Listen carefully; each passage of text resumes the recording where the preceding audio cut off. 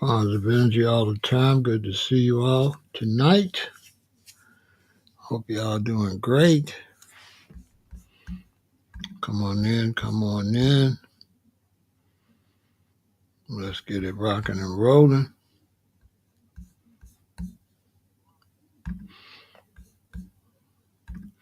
For sure. Hope everybody's doing great. Hope you're having a great day. Hope your day went well. For sure. Hope your day went well.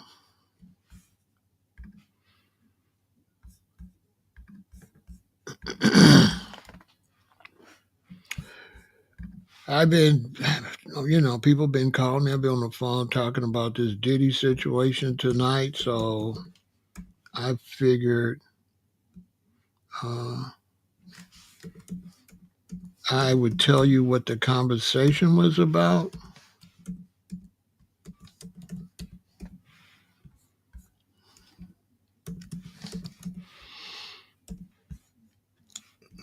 With some of my brethren. We were talking about that today. And, they were asking me my input on the situation. So I'm willing to talk about that with you all tonight. They wanted to know, what did I think about this situation?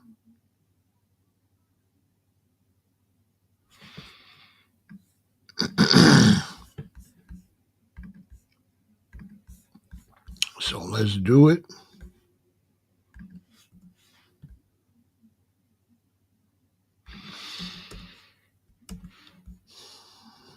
I did watch people report on the trial the whole time. It's pretty much over with, so I haven't really been thinking about it. But, I had some brethren on the phone, and they were talking about it. And a couple of them, they didn't really understand where I was coming from, my attitude concerning it. And so I figured I'd share this information with you all. I wasn't motivated like that about the situation. I look at the situation as negative, but I was kind of surprised how much emotions that they had in the situation. I don't have any. I don't have any emotions in it, and they were kind of in it and kind of had feelings about it. I thought that was a little unusual, but I guess I do understand. I guess,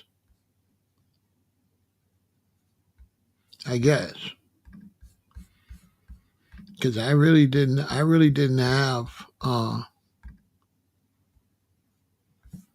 I really don't have any feelings about it like that. So I thought it was interesting, so I'll talk about it.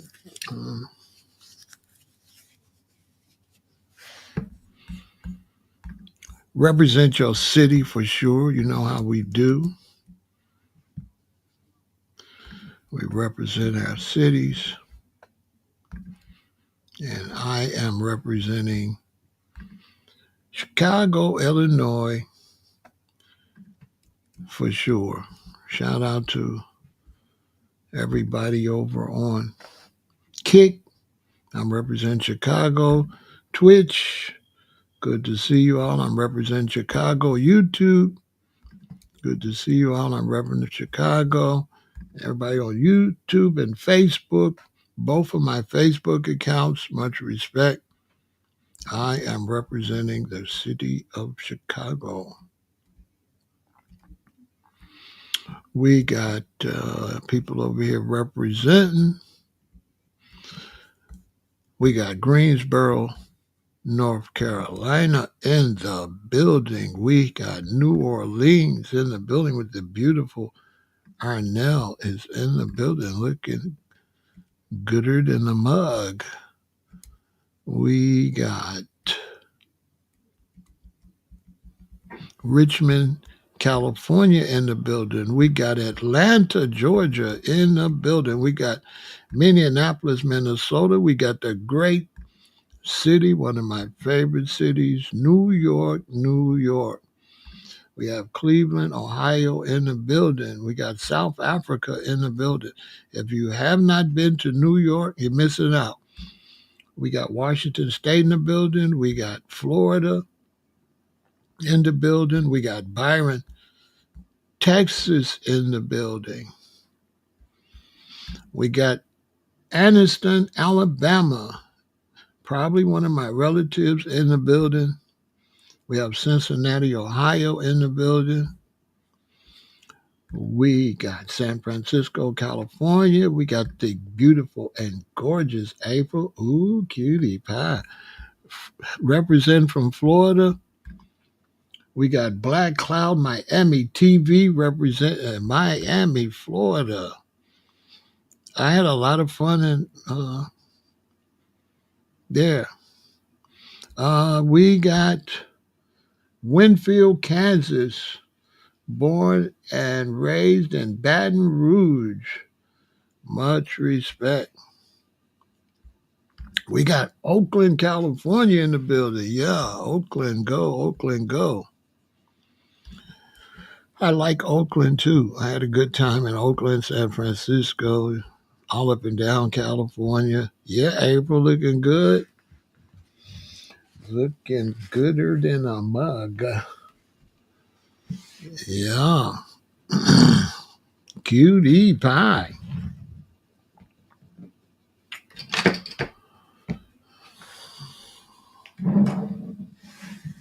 Because I see some ladies tonight that should be having my baby. Shout out, rest in peace, Biggie Smalls. I'm going to try to behave tonight. But the Biggie Smalls was a really great artist. I hated to see that happen to him. We got Oakland, California in the building.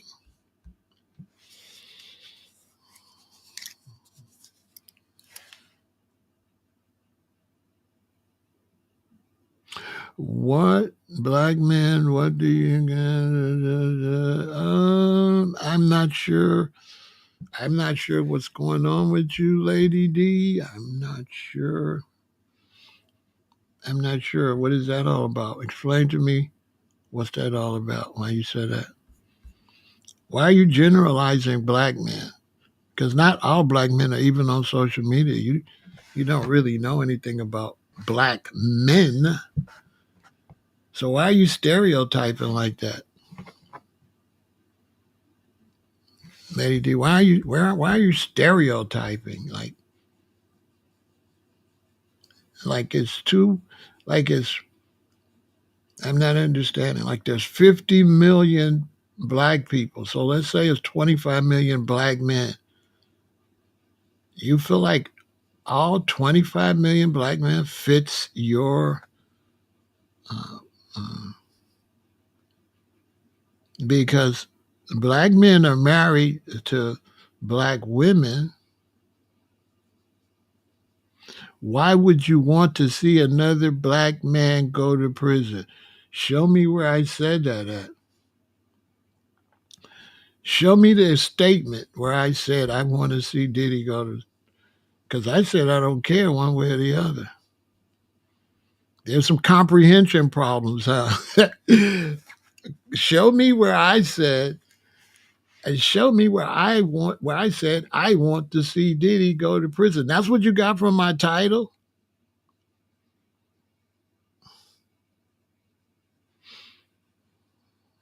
Is that what you got from my title? That's what you got out of that? Interesting. Yeah, kind of like a weird troll, isn't it? With low reading comprehension skills, because that's pretty that's pretty bad comprehension skills, isn't it? Because I said I don't care if he goes to prison or not. I said I don't care one way or the other. She says I want him to go to prison. That's what she got out of that.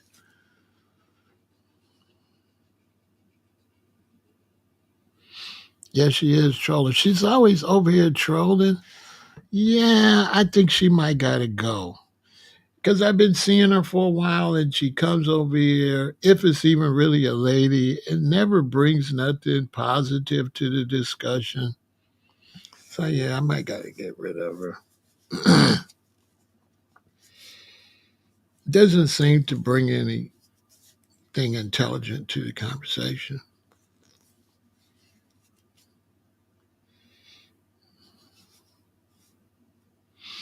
Yeah, I think you're right. Yeah, get rid of her. Yeah,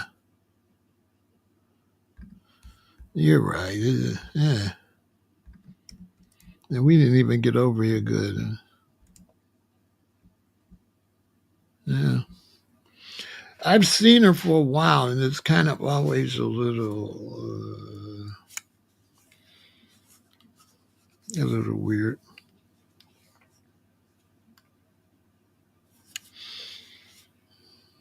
I didn't know what the hell that was about.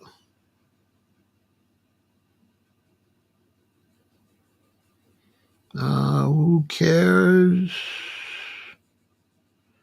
Well, I don't know. My title don't say who cares. My title just say I don't care.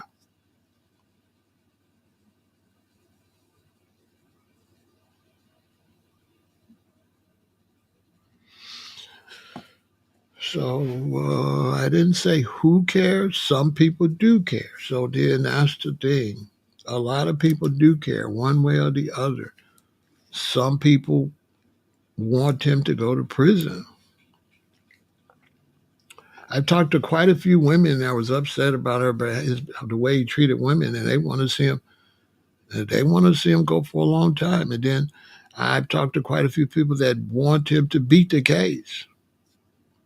So that's why I'm talking about this, because I'm neither one of those. So that's why I'm talking about it, because there is both sides. Okay. There are people that want to see him go to prison for a long time. They want 20 years life, some people. And then there's some people want him to walk.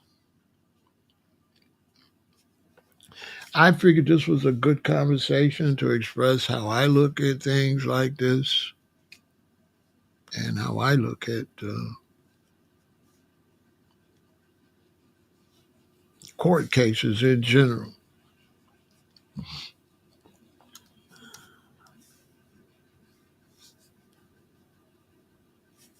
You see, court cases are not about being innocent or guilty. Innocent or guilty has nothing to do with court cases.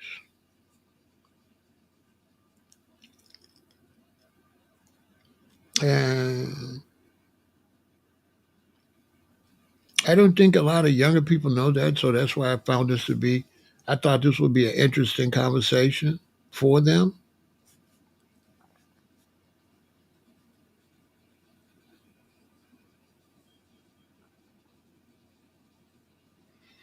You know what I'm saying?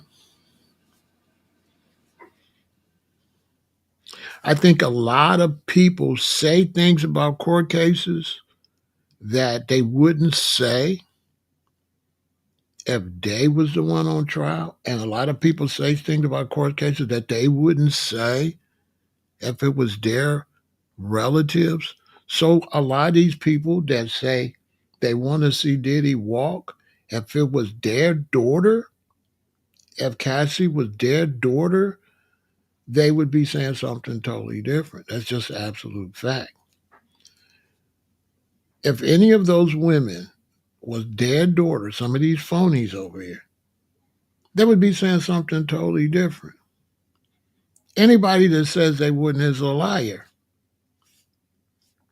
They're a liar.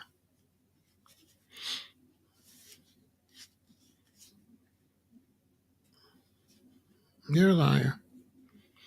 If they synced that hotel scene, they would want him to get 30 years just for that. So he's a bunch of people over here that's phony.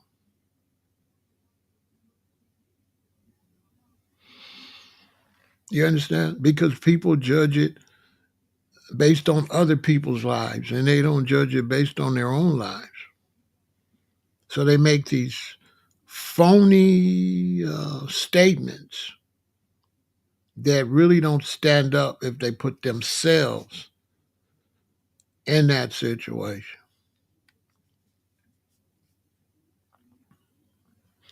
I could say that if any of those women was my daughter, I would want to see him go to prison for no less than 15 years.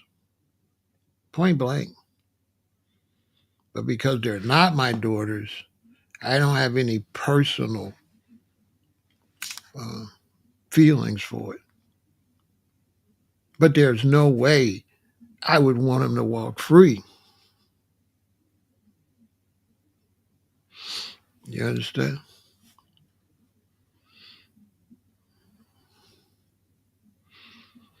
There's no way. So that's why I say, hey, whatever. So people say, why don't I care?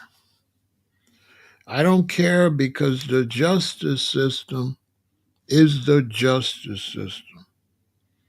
And the justice system is not about being guilty or innocent. The justice system is based on what can you prove? Even if a person is very guilty, you have to prove it beyond a shadow of a doubt. You understand? So in the justice system, you have to prove beyond a shadow of a doubt. So it doesn't matter. It doesn't matter if we kind of know they did it. There are still certain procedures in court that they have to do to actually prove the case. You say it's a money game based on how much lawyer money you have. Have you been to court, Paul, for serious crimes? Have you had a court case before? I'm trying to figure out, Paul, where are you making that decision for? Have you been to trials? What trials have you had, Paul? You've had some trials?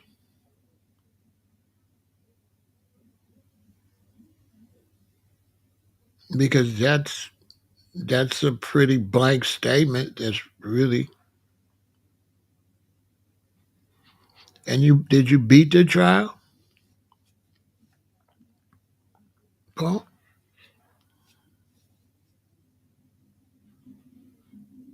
Did you beat the trial? Did you have a lot of money like Diddy?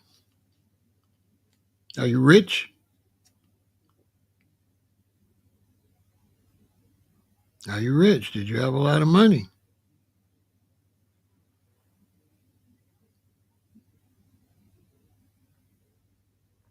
Are you rich? You said you could beat it because you're rich. You beat it because you was rich. That's what you just said. You said, let me read your statement about it's a money game. So you had a lot of money, Paul? Did you have a lot of money? You made a blank statement. You said it's a money game based on how much lawyer money you have. You made a blank statement about the justice system. I don't see the word Diddy anywhere in your statement. You made a blank statement. You said it's a money game. It's based on how much lawyer money you had. Now you're telling me you beat your case without a lot of lawyer money. You all make statements that stand. You understand?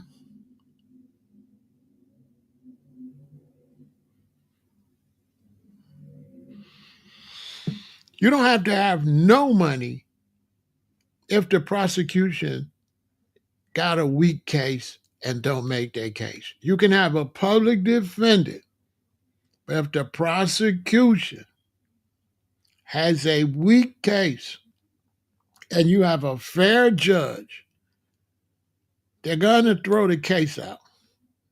I don't care if you're broke. The prosecution has to prove their case. You don't have to prove you're innocent. They have to prove you guilty. You are innocent until what? You're not guilty until proven innocent. You're not guilty until proven innocent. You are innocent until proven guilty. The burden of proof is on the prosecution. If we're going to talk real law, that's cool. I want my audience to be intelligent. See, I don't want to talk make believe. I really like my audience to really learn. I don't like just, oh, you're just saying stuff, just talking, just blowing, misguiding the youth, especially the younger people.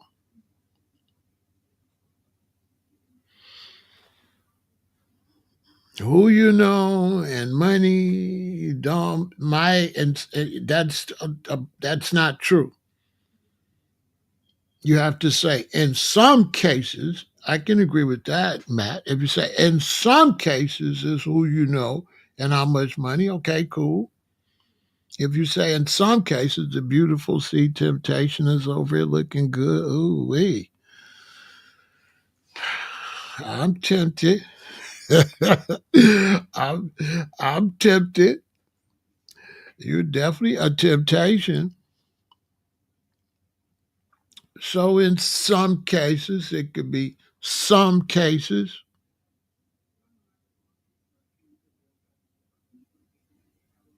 I'm doing great, sweetheart.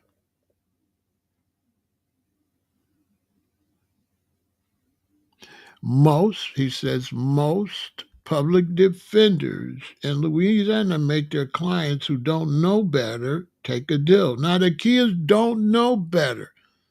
So that doesn't seem like a law. That seems like dummies getting in trouble. That seems like that's an educational thing. That doesn't seem like that's a court issue. That seems like it's an educational thing. It seems like people that didn't do well in school, that's uneducated, getting in trouble, they get in court, they're dumber than a rock, and they cop out. That doesn't seem to match the statement who you know or money helps. Those don't seem to go together. Who you know and money helps. Then you say most public defenders in Louisiana make their clients who don't know better take a deal. Those seems like two different statements. I don't know.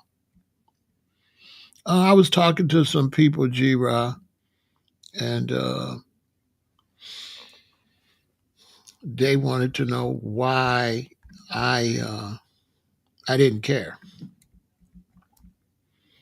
You know what I'm saying? I feel you, Matt. Money tends to help.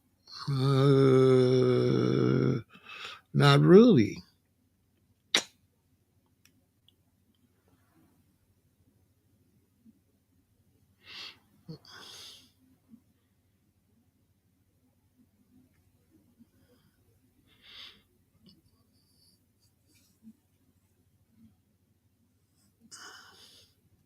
A lot of times, a lack of money backs up a lack of education. So a lot of people that don't have the money also don't have the brains. Like it kind of goes hand in hand, but it's mostly the brains is the reason you ain't got no money. Why you ain't got no money? You're doing crimes, you ain't got no money. That seems to be an issue based on this because you're in jail, you ain't got no money. So no money still boils down to a lack of a certain amount of intelligence in a justice system. But the fact of the matter is there's a whole lot of criminals on the street that didn't have a dime. That cases get thrown out and the judge gives them a slap on the wrist. So that's definitely in the justice system. That's definitely false. Young brothers is doing crime after crime after crime, and by the time they get locked up, their rap sheet is this long. And their rap sheet is not this long because they got money.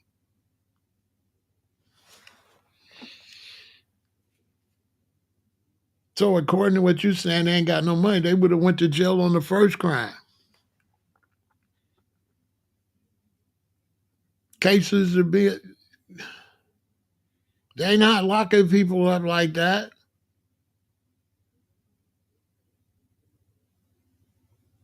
In the real court system. How many of y'all been in jail? Y'all been in the court system? How many of y'all been in court? I don't think a lot of y'all been in the courtroom seriously. Couldn't have. Because this guy's with no money, beating cases after cases after cases after cases after cases in the real world. I don't know about the internet world. I don't know. I'm in the real world, so I'm not in the make believe world.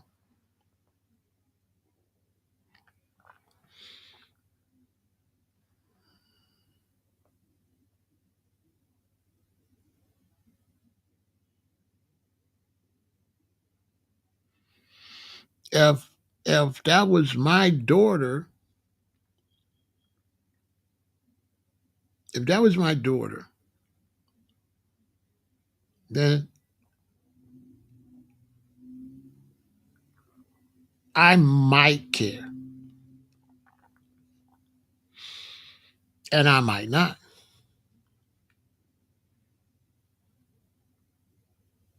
Look, I'm the realest alive. I keep it right down. If that was my daughter, I might care, and I might not.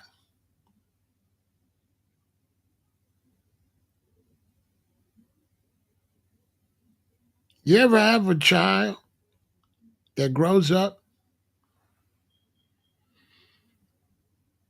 Like, let's take a son, because daughters y'all be most. You ever had a son and you send him to school, you do everything, and he drops out and he starts running the streets?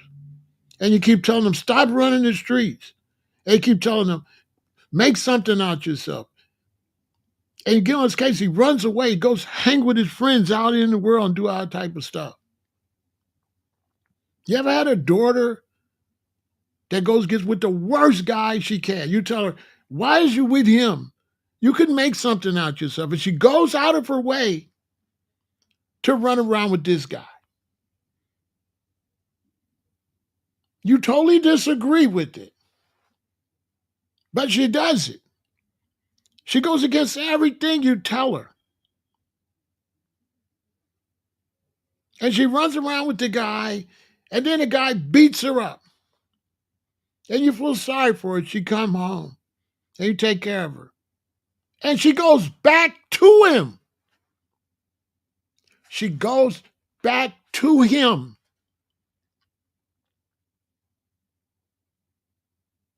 You telling me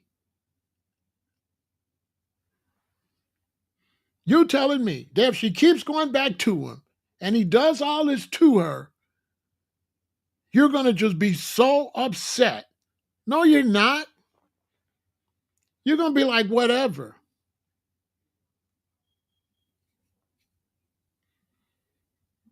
Your son go to prison. You done told him 1,000 times. He goes out of his way to go to prison. She goes out of her way to get with a scumbucket. You're going to blame her. You're not going to blame the man. What y'all think Cassie's mother really thought about her when she kept going back to Diddy? What y'all think she really thought? Y'all don't think she looked down at her daughter? Y'all don't think she told her daughter, you better than that? And her daughter did not listen, right?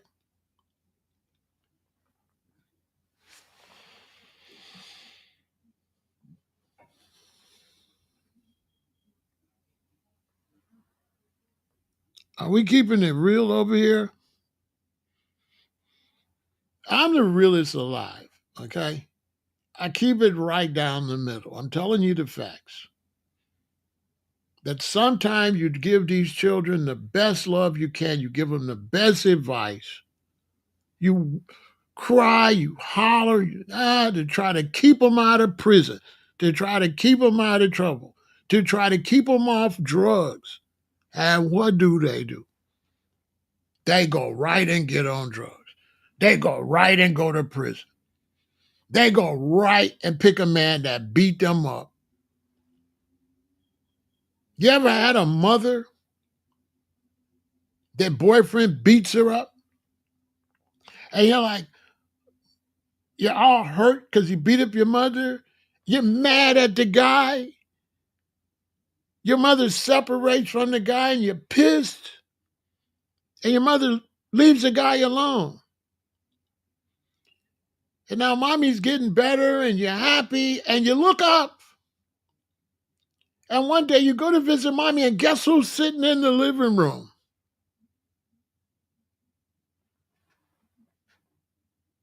Mommy's sitting there looking stupid, playing it off. She said, I ain't gonna never be with him no more. Blah, blah, blah, blah. Now that's not my mother, but I've seen that with friends of mine and people's mothers.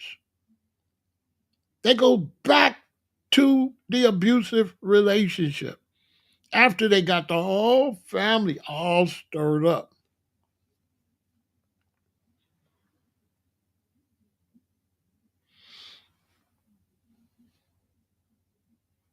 Men too. He's got this woman. She hits him with a skillet. She scratches him up. She jumps on him. She calls the police on him. She does all this. She cheats on him. She does everything to your son.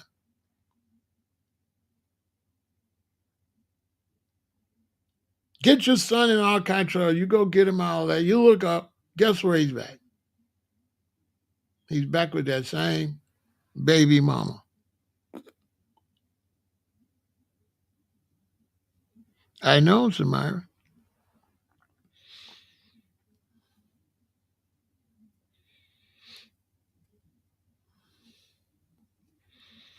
And so the situation with Diddy, one reason I don't got no emotions in it, because it's a justice situation and the justice has to do what they have to do. And anybody watched that scene that the prosecution was, you know, the prosecution was,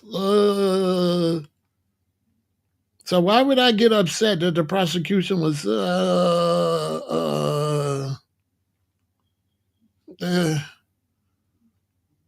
why would I put my emotions into that? Why would I put my emotions into whether he wins or loses with that weirdo? It was a weirdo. It was weirdo stuff.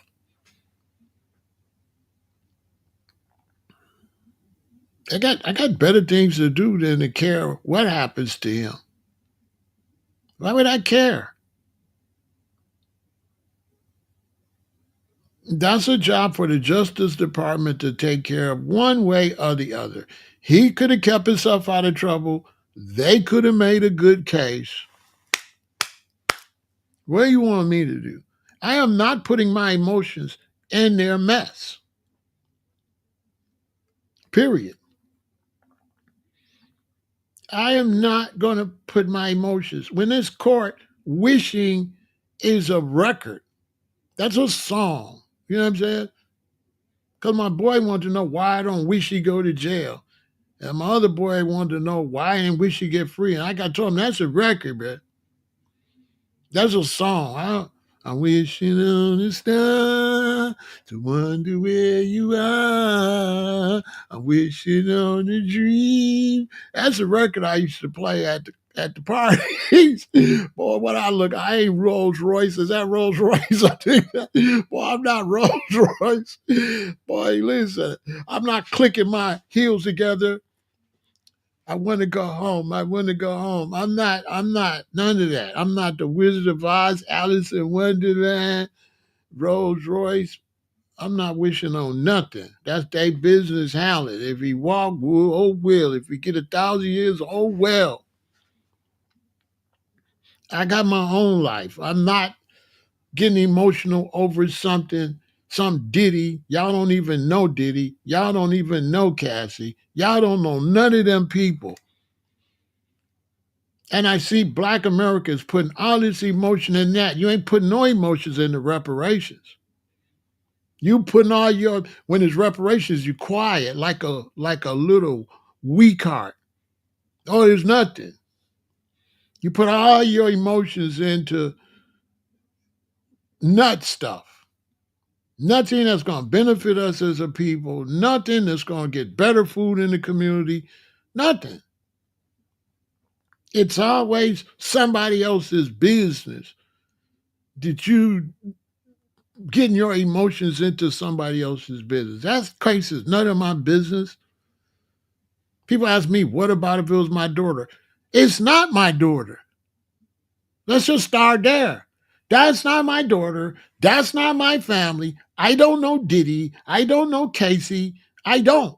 So to ask me, what if it was my daughter, my granddaughter? Right, right. Then I would probably care one way or the other. But guess what? It's not. It's not my daughter. I don't know Diddy.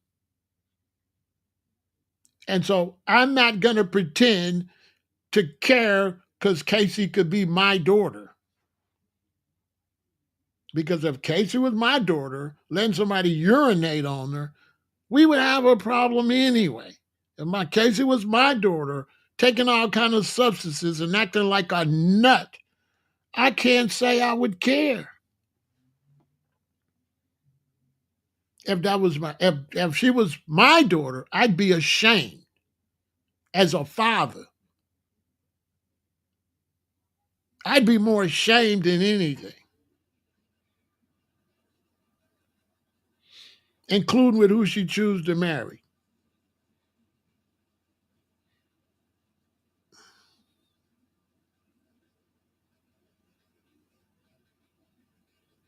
If she was my daughter, I'd be ashamed. I'd be more ashamed of my daughter than I would be mad at Diddy. If you want to know the facts, because Diddy wouldn't disgrace me. My daughter's the one would disgrace me and her mother. I'm gonna just keep it real. I wouldn't be chanting for Diddy to go to prison because I've probably been chanting for my daughter to get her goofy ass in rehab for how many years? She should have been went to rehab and cleaned herself up. I'm gonna just keep it real.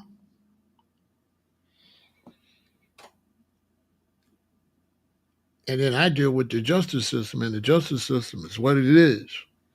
And when you've been in the streets, we don't get involved with the justice system.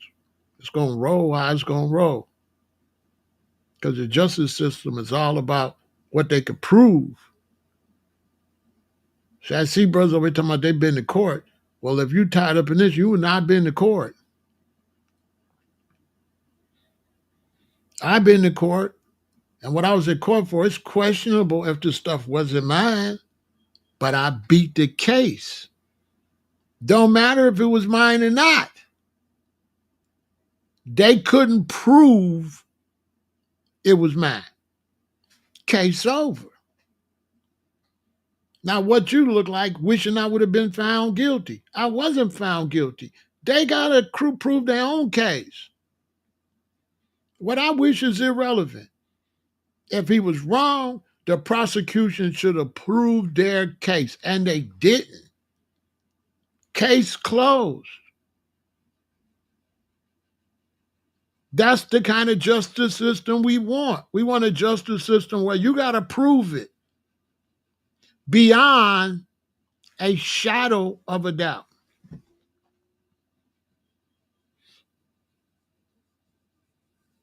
which they didn't.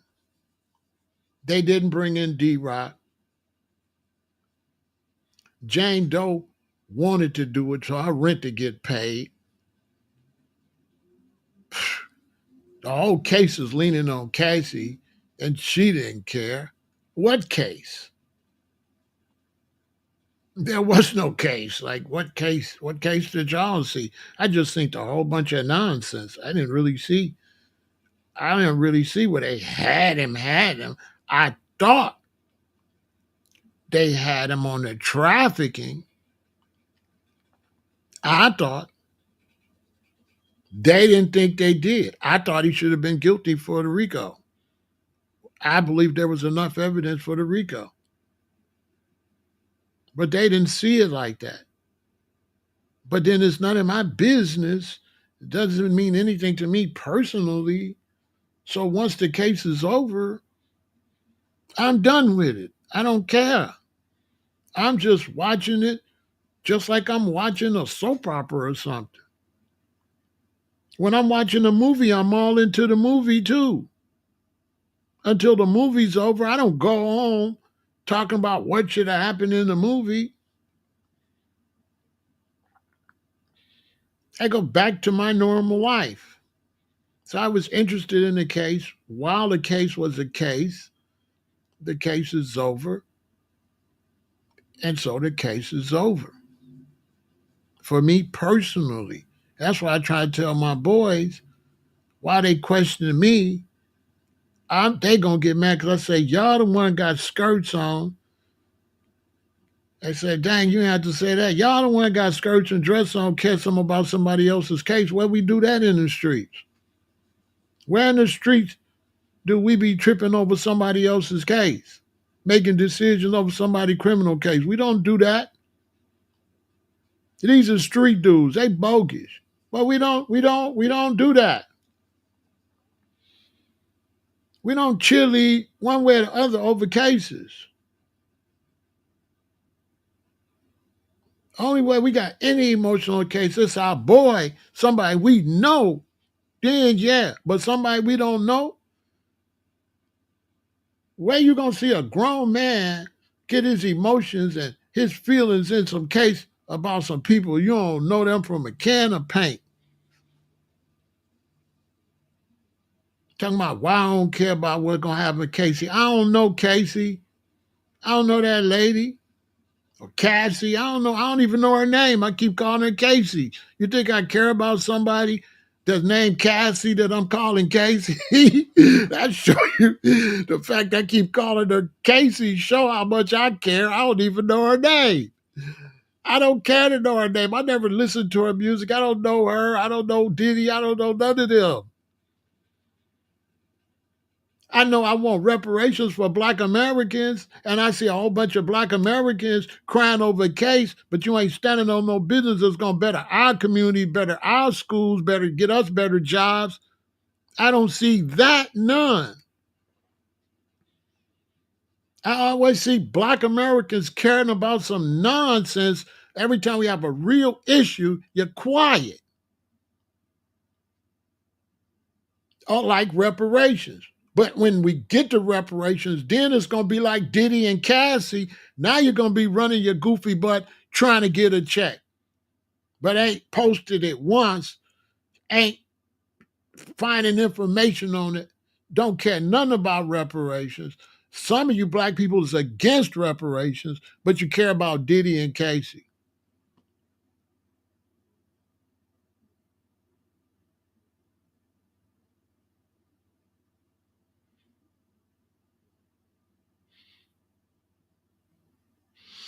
Some people is crying over the case. I mean, people put their emotions into stuff that's irrelevant in life.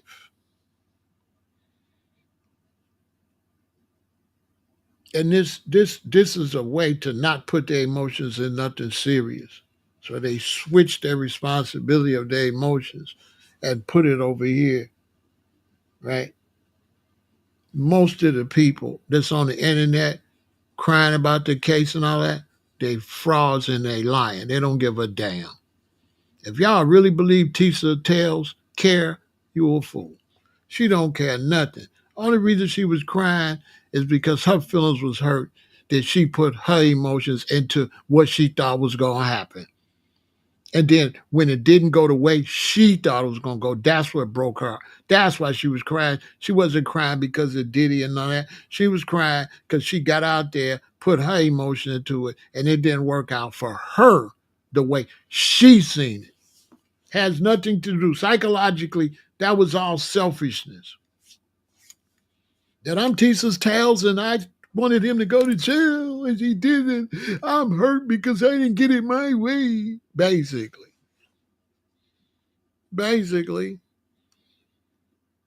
she wasn't really crying over the case. She was crying over her. I thought they was going to find him guilty too. And when they didn't, how much did I give a damn? I didn't give a damn. You know what I'm saying? Oh, well. You know what I mean? I don't give a damn about no. I don't give a damn about that. I got real issues to deal with. You got people that care about that, that's got high blood pressure, they fat, they out of shape, they can't get their health together, they don't exercise, right? They're 1 foot out of the hospital and they care about that. When they should be doing some sit-ups, they should be getting their ass on the treadmill, they should be putting down the salt, they should be cutting back on the meat, they should be cutting back on the fried foods. No. They have 1 foot in the grave in a real life and worrying about some people they don't know. You go take their blood pressure, you go take their sugar, it's through the roof. But they care about Diddy and Cassie, whatever her name is. You know what I'm saying? In a justice system that's really just us anyway. You know, they don't stand up against no justice system. It's just this case is of famous people. But when you look at the justice system overall, you don't see any black people checking out this justice system and fighting against this justice system. It's only because it's Diddy. Now you got to understand when you getting money, poor people hate you anyway. Hardworking people hate you anyway. So a lot of the Diddy hate is because he got money. And so we live in a world where they pretend they love these movie stars and these rich people, but really down inside they're jealous of them. So they go from worshiping them, and then when they get in trouble, the real them come out. The real come out, and they flip on these people just like that. Oh, these people's there, and when they get in trouble, they flip on them because they never really liked them anyway. They was just cheering because everybody else was cheering. Yeah, celebrity worship, but they really don't worship you. You know, they'll watch you, people like me, they'll watch you on YouTube. Yeah, Pharaoh, but let something happen to me and there's some type of tabloid situation. And the very people that was in my chat all the time will be the first ones dogging me out. They'll be dogging me, they'll flip just like that. Man, you see what happened to Pharaoh, man? Pharaoh, man, he fucked up, man. Pharaoh, Pharaoh man, the same one. The same ones that log in over here before I go live. Let me get something bad happen. They jump right over. They'll find somebody talking about me, and they'll jump right over there. And be like, yeah, he was this, man, and he was that. I never did like his ass. You know, this is how they, I'm telling you, I never did like him. I'm telling you. I'm telling you, man. They call them fair weather friends. They're just like a fake friend. Then you have other people, they'll be worshiping me like, don't know me from a can of paint. Free Pharaoh. You know, I didn't bust a lady in the head with a bat and they say free Pharaoh. You know what I'm saying? And it's like, yeah, I'm Pharaoh. I know you was watching me, but I just bust a lady in the head with a bat. Why is you hollering free Pharaoh? I'm supposed to go to jail. What is wrong with you?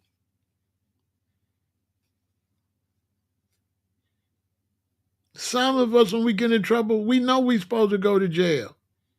But you up there saying we ain't supposed to go to jail, and we don't even believe that. They say he say you free you. I'm like, hell no, free me for real, for real. I'm not even saying free me with that dumb stuff I did. I'm already getting ready to do my bid. You talking about free me? And I jumped out the window, did something stupid. Come on, man. Come on now. And you talking about free me?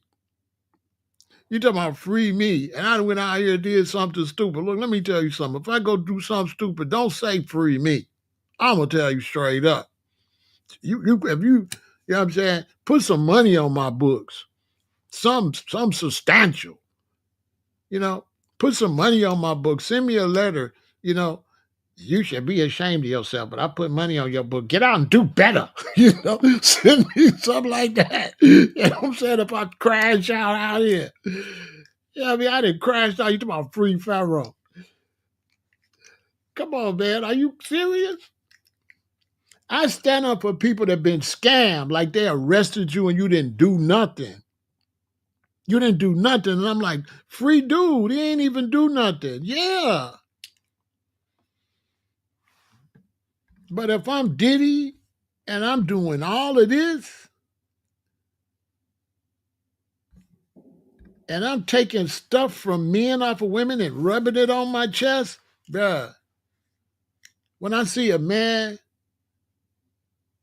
that say free Diddy, first, I don't want to shake your hand because I don't know where your hand be. Because where I'm from, once they said that men was doing stuff on Casey and he was Cassie and he was taking it, rubbing it on them right there, bruh, I wouldn't care if you got 15,000 years at that point. You know what I'm saying? At that point, bro, I can't stand up for you. You's a weirdo. Okay? Something wrong with you.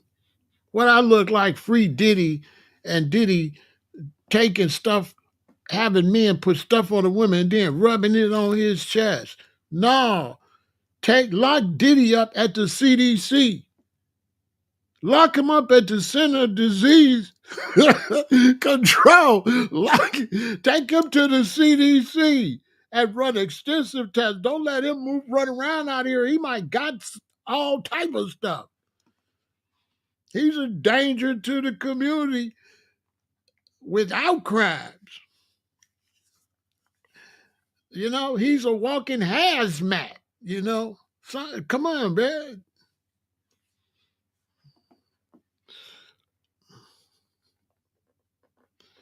Come on, man. Lock him up at the CDC. Bro, you doing all that? Y'all know he got mad. Y'all know he got stuff. Ain't no way he ain't no way all of them ain't got stuff. Ain't no way. They a threat to the community. Man, that ain't even gay, man. If a man squirt on a woman and you rub it on you, that's not gay. They ain't invented no word for that yet. You know, here's gay and here's Diddy. Okay? That's not gay. That's not happy or gay. I don't know what you call it. I don't think we made up no word for it yet. We ain't made up a word for that yet. Not yet. He the first one. That's the first one I heard ever doing that. I ain't never heard on that on no porn or nothing. I ain't never heard no man rub no man's stuff off a lady and rub it on his chest. That's a whole, that's a whole different category. He creating his own stuff. So my boys, couple of my boys, they was like, man, Diddy didn't do nothing, free Diddy. And I was looking at them like, all right, you know what I'm saying? I didn't say nothing because they the guys. You know what I'm saying? But I ain't even trying to dap them no more when I see them. I'm just like, cool. You know what I'm saying?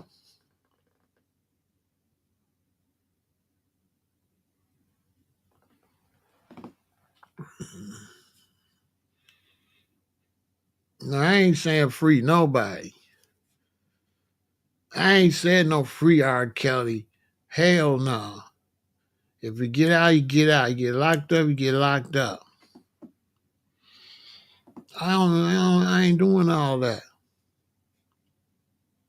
I'm not even saying free one of the guys if he actually did something. If one of the guys go and shoot somebody and go to jail, I'm not saying free dude. Period. I'm only gonna say free somebody that's accused of something they absolutely innocent for. Then free them.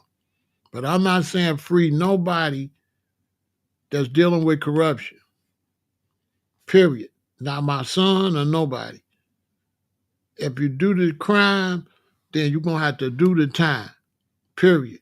So if you don't want to do the time, don't do the crime. Ain't none of that you go out here and jump out the window, do all this bogus stuff, and then we talking about free you. You should have kept your own monkey ass free. You was free. And you didn't want to be free. You wanted to go out here and do stupid stuff. And now you locked up. Okay. What do you want me to do? We be hollering free for political prisoners. People that get arrested up to standing on Black Power or something like that. Fred Hampton or somebody. Not just every little buster out here. We talking about free you. And you doing all kind of stuff. You running scams. Nah, bro. That we not doing that. Free the guys. And the guys are scumbags in the community and stuff. You ever been in a county jail? It's not a whole bunch of reputable, decent type people in there. It's some. There's some in there that's kind of, and ain't that serious. They should go home. It's not that serious, but it's some, and they still be breaking laws.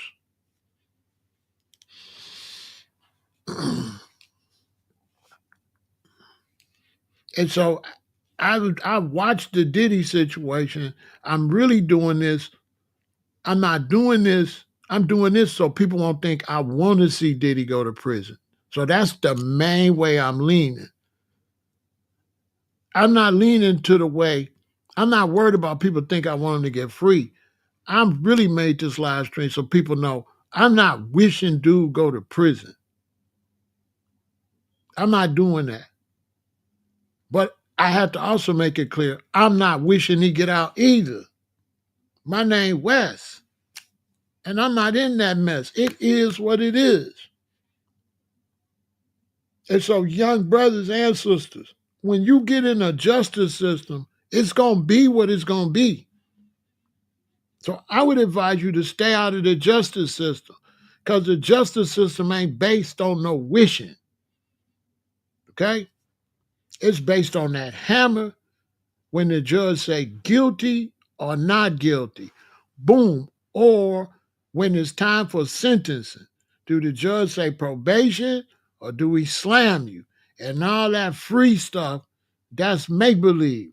If you want to be free, stay free.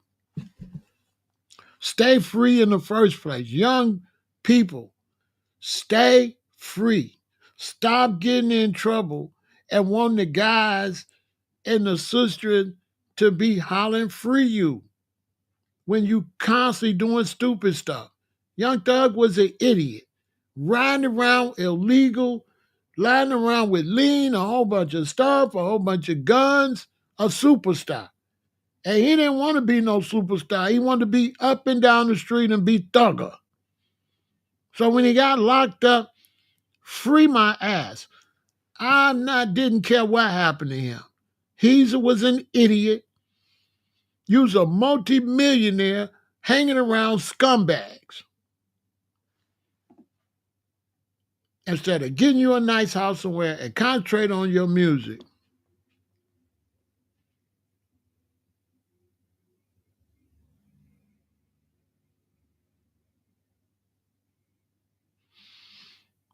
Yeah, well, officer,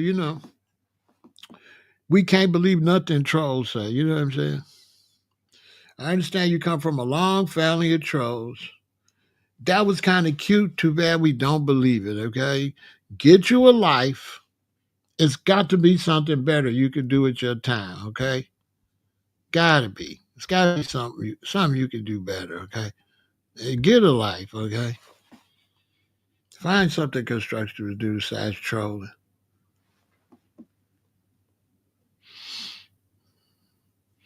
Find something constructive to do. So I'm not really caring nothing about Diddy one way or the other. But the main thing is I'm not wishing that he go to prison. And the reason I'm not wishing that he go to prison, because the justice system has to prove their case, period. That's on them. That's on them. That's not on me. If they arrest him and they claim that he did something, they should have had all their ducks in a row and they should have made their case and they didn't. And they got him and they might still make him do a 10-piece or something. That's Diddy's fault because he was sloppy. And Diddy's in trouble because he was sloppy, because he was using. And you don't get high on your own supply. You're a multimillionaire and you go out here and you do some crazy stuff. And I'm not cheering for you to get free because Diddy is a disgrace to the black race. He got all that money. He could have been helping people in the community, and he didn't. All his artists, he did nothing with none of them. Biggie, he took him out to California, got him knocked off. Craig Mack, nothing. Mace had to leave, nothing. 112, nothing. Faith, nothing. Total, nothing. Deluxe, nothing. Black Rob, nothing. Carl Thomas, nothing. Shine, nothing. Casey, nothing. Mario Winans, nothing. Dream, nothing. Loon, nothing. G-Dep, nothing. The Band, nothing. 8Ball and MJG, nothing. Foxy Brown. Everybody that did something did it on their own. They did nothing with him. Even when he got artists that was something, they didn't do nothing when they got with him. New Edition didn't do nothing messing with him. That man didn't help one person's career. Not one. Not one. Not one person's career did he make better. He was basically a failed label where he made all the money and he made all the stardom and he made money off of Ciroc and all them and got his money and didn't do nothing. Total was nothing. Their career was nothing. He didn't have no superstars. He had one superstar, was Biggie. He couldn't even keep him alive. Biggie's second album came out, he was unalived. Biggie dropped one album with Bad Boy Alive.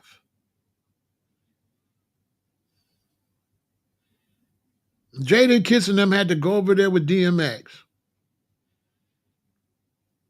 Diddy didn't do nothing.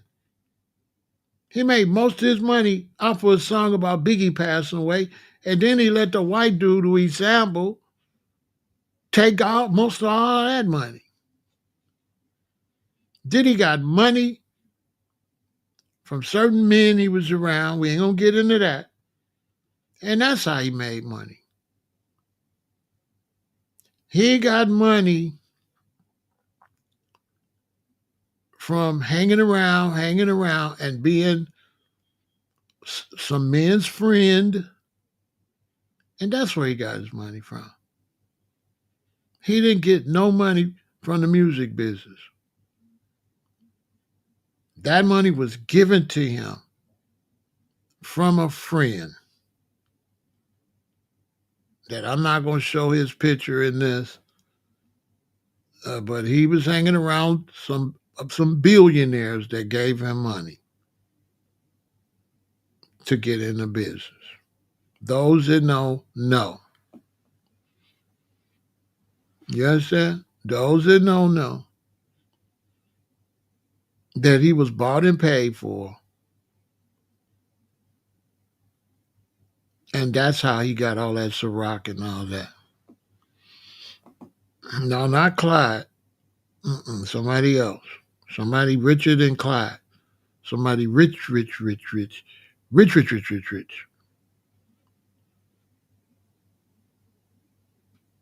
Somebody extremely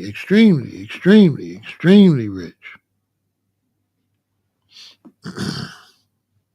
Look it up, it'll pop up.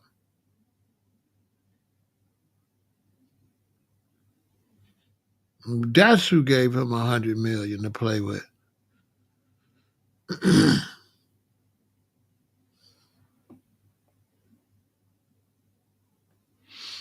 You understand? That's who gave him the money.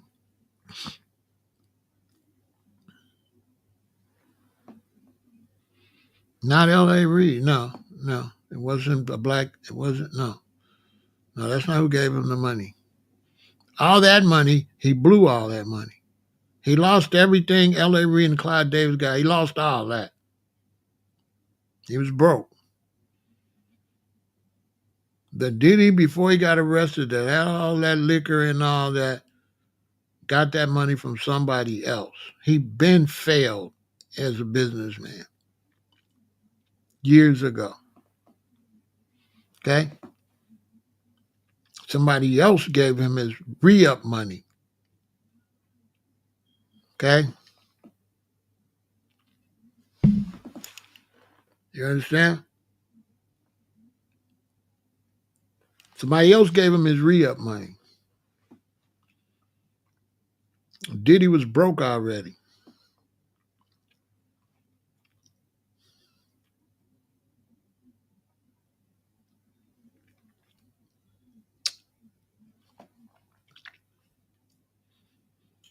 Because he was,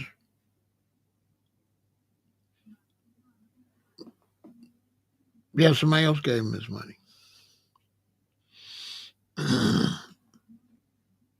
I don't want to keep posting this dude's picture because I don't need no smoke from no billionaires. And I already posted the man picture on some of my other Diddy things. So, you know,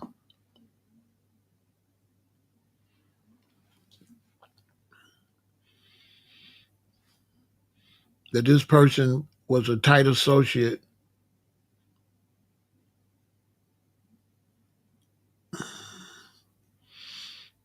of the guy that owned the island. They was tight. We just put it like that. So the guy that owned the island, they got the list they talking about. His friend,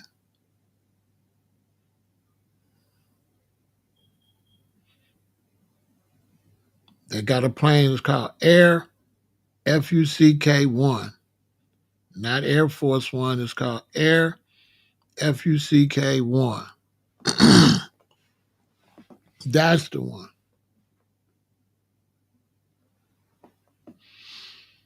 Yeah, one of Epstein's friends.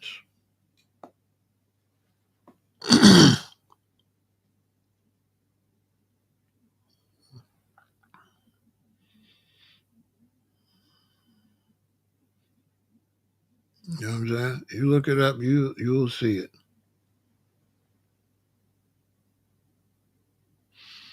I don't really want to say because I've been showing the man a picture, and I'm trying to teach brothers. You know what I'm saying? I'm trying to teach brothers how to stay alive. Loose lips will sink your ship. You know what I'm saying?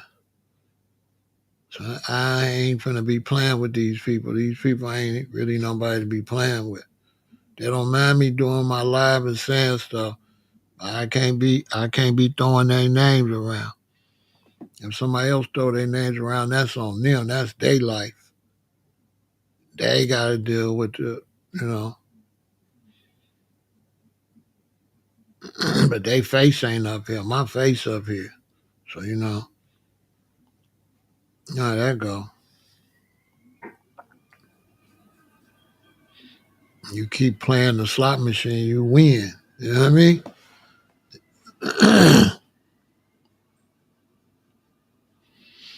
This is a fake story for the masses. What's a fake story? I don't know what you're talking about. Which story are you talking about?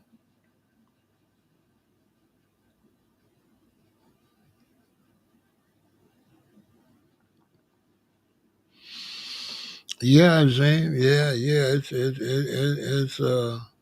It's a lot to it, but it's like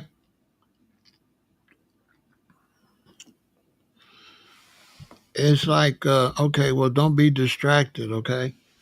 Don't be distracted. You know, let me help you get undistracted. Come back tomorrow, okay? Yeah, come back tomorrow so you don't be distracted. I don't want to distract you, so come back tomorrow. Go focus. you know, go focus.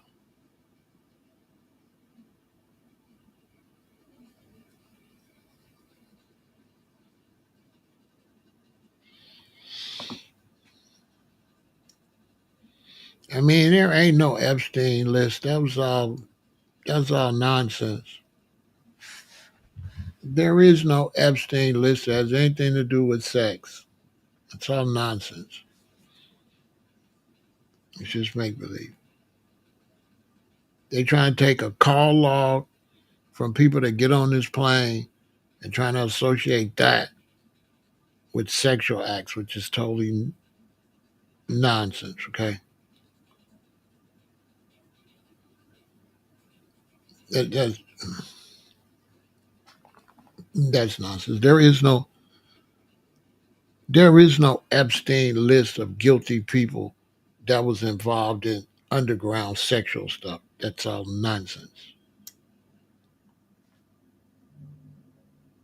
That's that's not. Yeah, okay.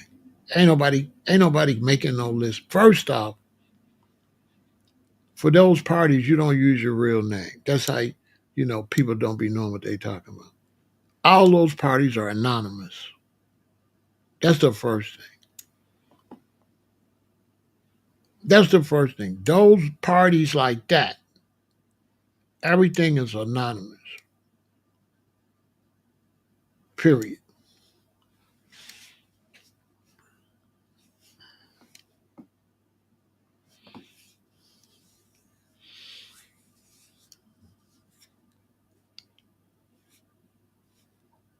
All that's anonymous. What's tapes? You seen them? What tapes? What tapes? I ain't seen no tapes. If I ain't see it, it don't exist.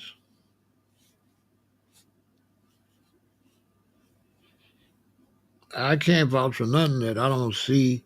I could say possibly. I could say there's possibly something. Just like I could say it's possibly was more people at the Diddy's parties. It's possible they was trying to get photos and blackmail stuff he had for other people. That's just a possibility. But that's nothing I'm going to tell people as it's just absolute facts. But I do know for sure that Those type of parties are masquerade parties, and nobody can be identified. You can't even take your mask off at those type of parties. At the level Epstein's is, out on that island, if they're having parties, nobody knows who nobody is. That's a fact. There's not gonna be no name list. Okay? You're gonna have to come anonymous. There's not gonna be no name list.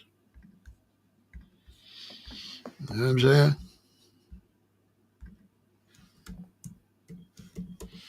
I know that for sure.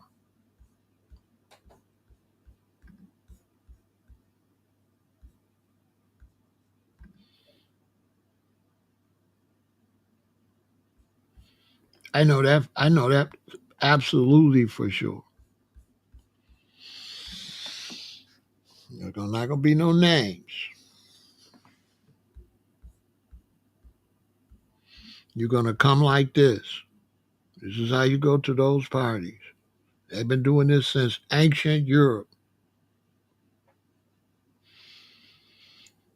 If there's a list, but the list is not going to identify who they are, you will pay your money.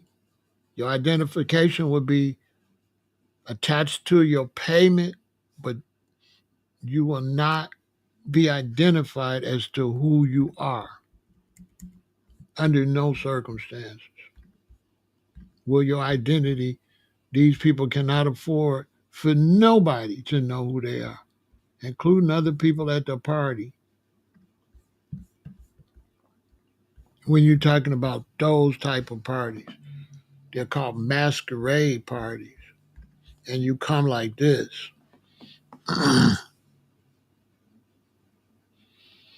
No, they have to protect themselves. If it's kings and it's princes from countries, they cannot let anybody see who they are.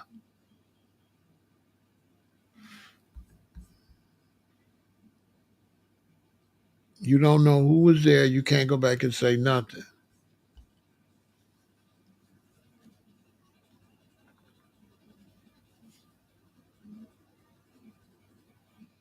Even the leaders of it, when they get together, they're sitting here, here, here, and a light comes on, like like balconies, and everybody's on the balcony. A light come on, and you don't know who nobody is in there. Nobody knows who nobody is.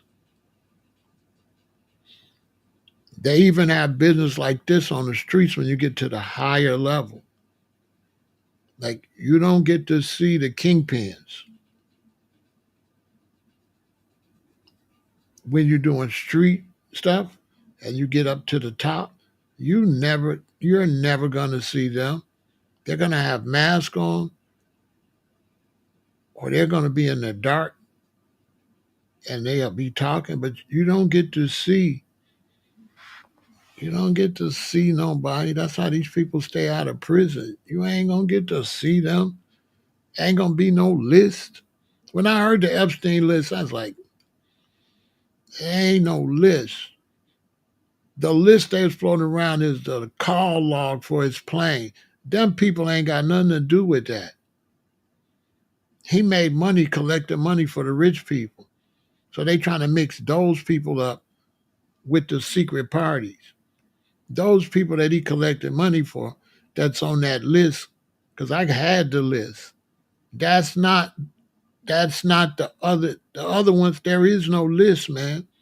You come into the island on a helicopter, you land in this island, you got your mask on, you go through this door, he go through that door, like that. When you get in there, you don't know nobody. Nobody identify themselves. You do all type of crazy stuff and you go. Because in those type of parties, there's unalivings and stuff. It's not just no sexual party. There be human sacrifices at them parties, man. It's like on another no, nobody is identified in there.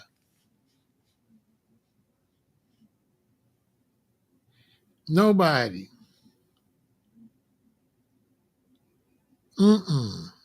You can't do no identify. You can't do no fingerprints. You gotta wear gloves. You can't be in there and show your face in there. You with the king of Switzerland, and you with anybody could be in there. The president of Russia could be in there. You're not finna see him, like you're not finna see nobody.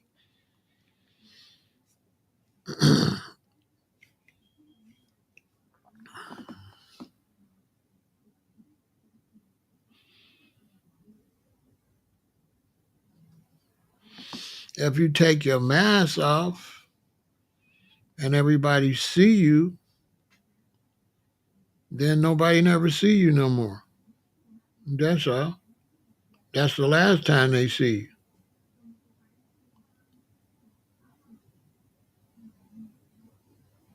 Like y'all watching them, what's them shows y'all be watching about them people doing them crazy contests? All right, where you think they got that from? You take your mask off, your head come off with it.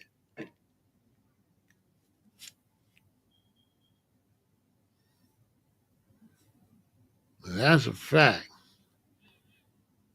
If you putting everybody in risk, you take your mask off, you end up strapped to a table with your mask off, but everybody else still got theirs on.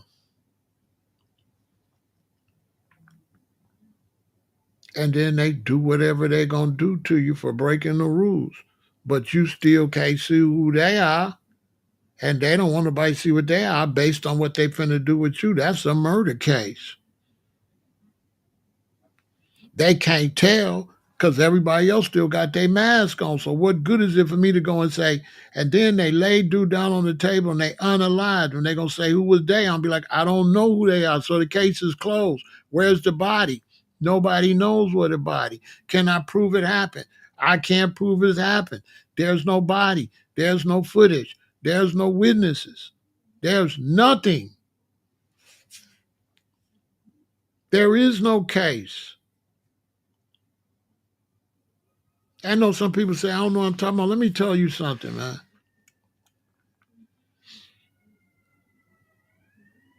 Let's say you were a problem to me and I had to send somebody to go deal with it. You do know they not going to know I'm sending them. They just going to take the job. And when they run up on you, they will not be identifiable. Because in Chicago, on that level, the saying is no case, no face, no case. No face, no case.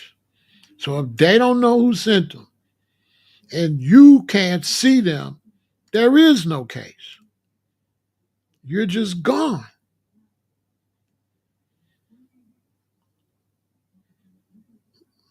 Period. That not even up on their level. That's on the high level on the streets. Like you know how stuff come in and it comes into Chicago and then it might go to 12 dudes. And then those 12 dudes give it to 24 or 48 dudes. And then it's broke down. Well, them 12 dudes, you ain't gonna never see them. You can't see them. You can't know who the hell that is. You cannot know who that is under no circumstances. When you do see them, you're not gonna pay them no attention because you don't know that is them. So you might walk right past them, but you're never gonna see them do any type of anything like that. You're not going to know who you're talking to. You're not going to get no identification. You're not going to see a car. You're not going to know it. You're not going to know nothing.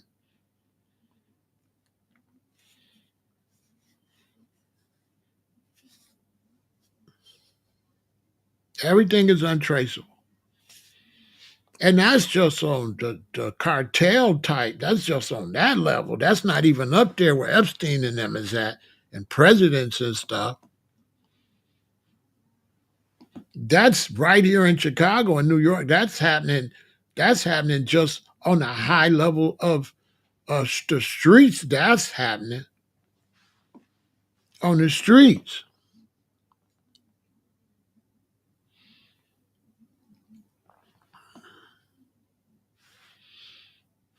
Those masks, I'm just giving them an example of what they look like. They're not wearing these masks, Michael. I'm just showing them what the party be like.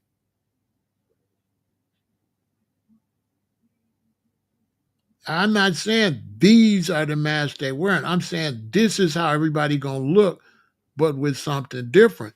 They got things you could pull on your face, like stocking caps, where you could see through clear, but nobody can see you. You understand? I'm just using this to show them that when you go to the party, this is what you're going to see. You're going to see a black mask, or you're going to see a neon mask with neon lights on, or you're going to see black on. You're not going to see anybody's face, and nobody can take their gloves off. And these are filthy, filthy rich people. So trust me, they're comfortable. This stuff is custom made. They said he was wearing a veil because he'd been to the big parties. So he was trying to emulate what the big dogs do, but he was sloppy. So Diddy was trying to take something that he went to, and he tried to have it on a smaller scale, but it wasn't like how they do. So it was sloppy. It was a bootleg version of the stuff he be going to. The stuff he be going to, he don't know who was there. Nobody know nothing. Nobody can say nothing. Then he went and tried to have a bootleg version of that and got all them pictures and all that stuff of them people and start, you know, trying to threaten people and trying to blackmail people. So they ran in the house and got that stuff. How many times I told you this case was just to cover up what they took from that house. What they took from his house has nothing to do with this case. They went and took stuff from the house. Some stuff they don't have yet.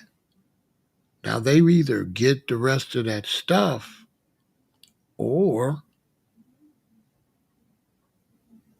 okay, they either get the rest of those pictures and videos and stuff or you fill in the blank.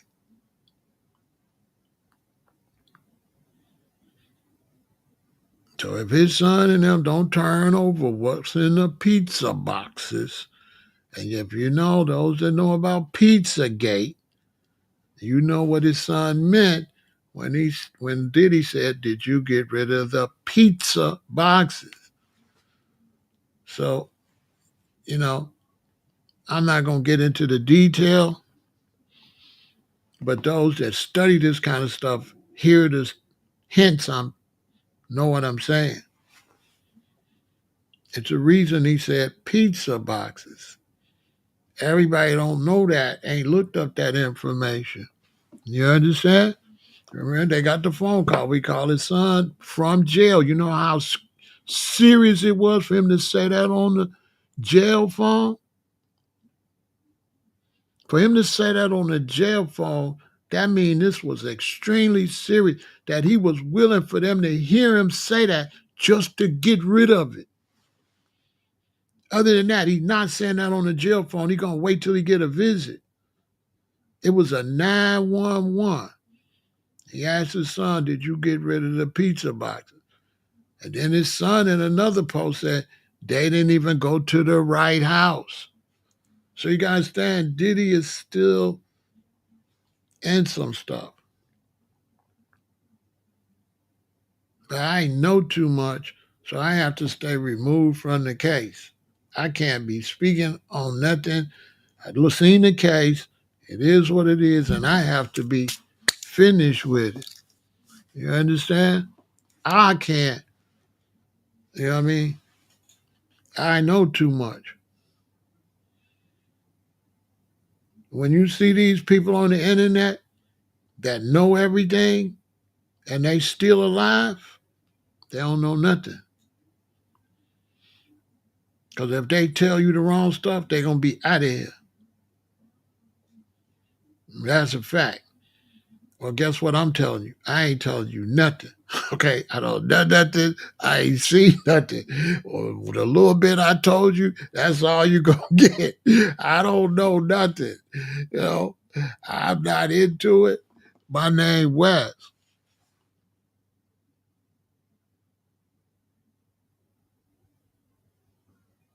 You understand?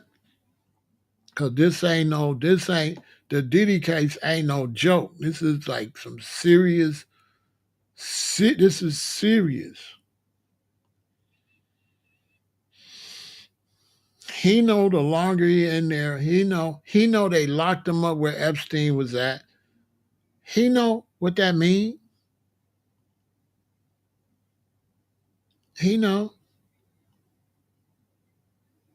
He terrified. He trying to get out. They're like, no, you're a threat to the public. He a threat to who in the public? You a threat to the public. They telling you everything. You just ain't listening. They told that man he a threat to the public.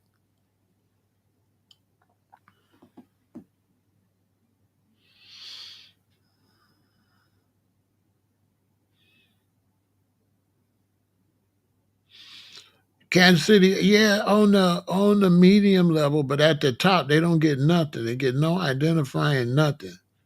Everything is based on offshore banking and your account. You get a ghost account and a certain amount of money. And if you got the millions, you can come. Like that one credit card they got that you can't apply for. You have to wait and they send it to you. They have a credit card for the billionaires. You cannot apply for that. You cannot reach out to them. They reach out to you and give you that card. No, not the black card, something else. Not the black card. Not that platinum card. It's another card that you cannot apply for. They have to choose you. I think it's called like the palladium card, something like that.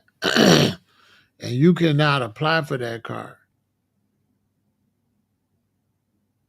When you get enough money, they'll contact you.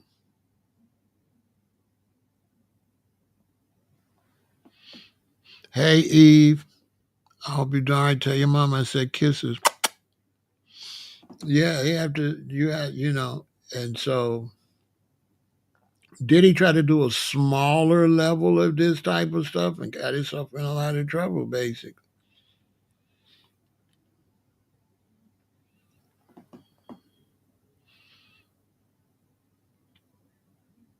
I think it's called a palladium card or something like that.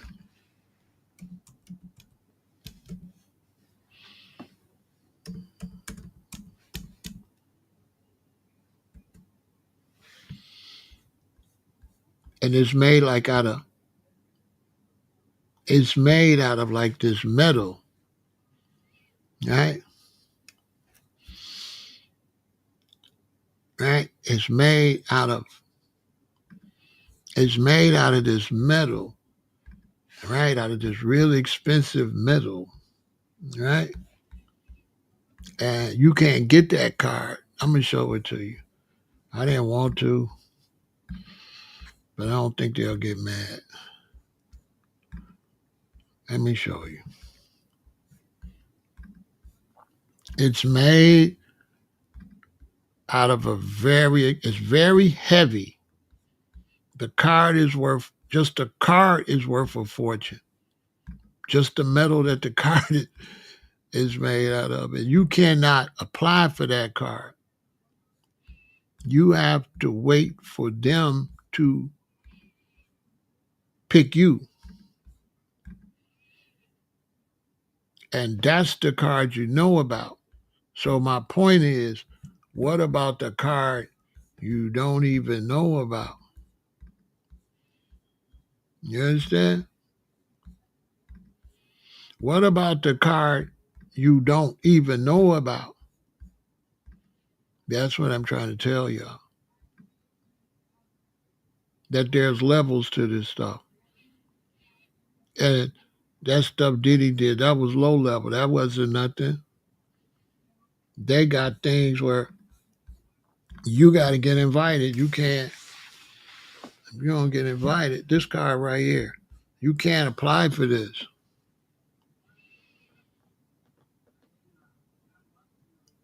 You can't apply for this. They got to pick you.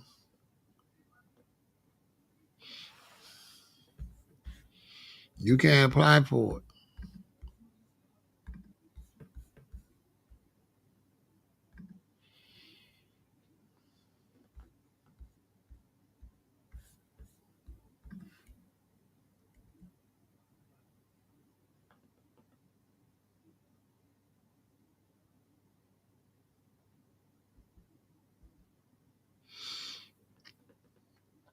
They got one that's made of 23 karat gold, but they got another one too.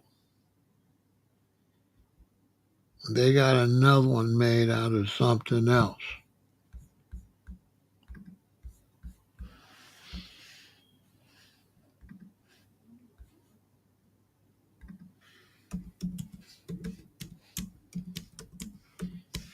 Because there's even levels to that.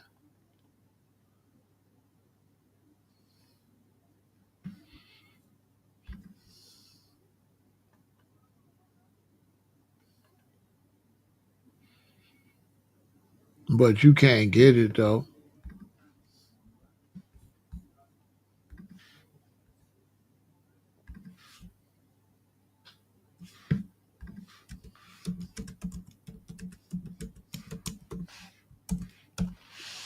Like they got cards they're not gonna tell you about.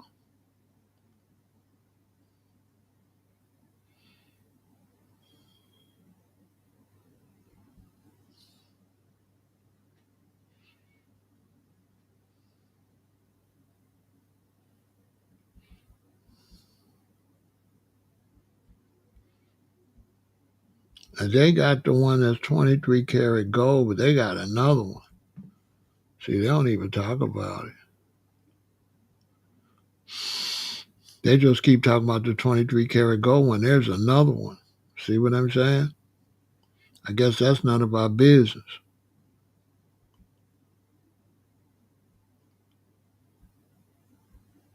That's crazy. They got one. They got one that's more. That's more than the 23 karat gold. That's crazy. They ain't even talking about it. See, that's what I'm saying. They got stuff you can't even research. It's like ain't even none of your business. Because this is not the one. This 23 karat gold one is not the one.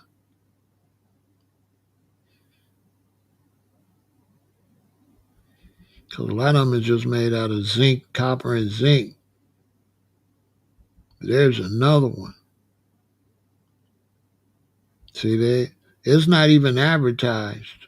That's deep. That's real deep. They got one that's heavy like a brick. It's a carbon. They say it's as heavy as a brick. They ain't advertised that one. That's crazy. I can't find it. They don't want me to find it. They're like, mind your business.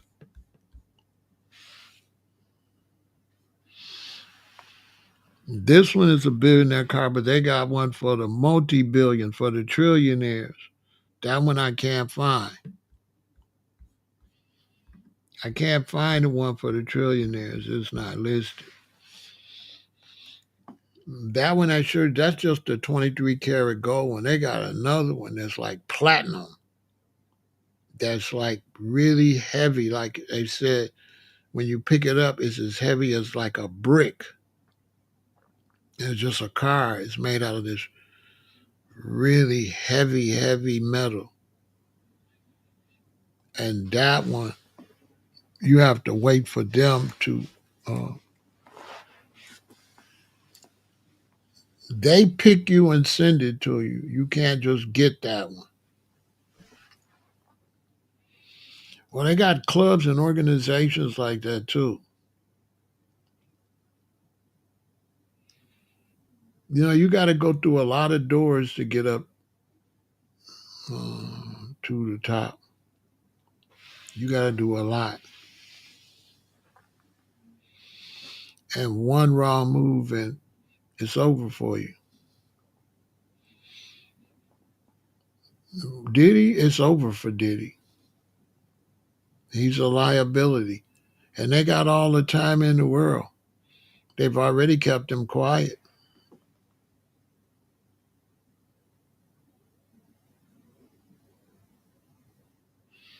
You know what I'm saying? It's over for him because he got sloppy.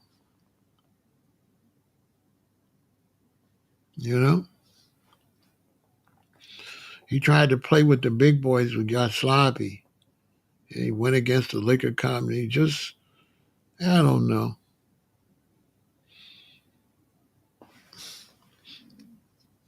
Then he tried to be pro-black. And you can't be pro-black up there at that level. You can't be pro-black. That's just out of the question. So he was like I don't know what the hell he was thinking. You cannot go up there with them and be pro-black. They are not pro-black. They're anti-black. Now, if they let you come, then you just got to be happy with coming. But you can't go back talking that pro-black stuff. And then he tried to have Revolt TV. He tried to like fence straddle. And now you got to learn.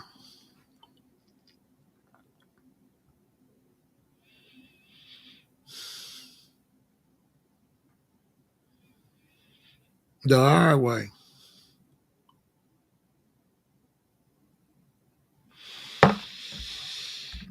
Because the whole justice system is, there is no justice.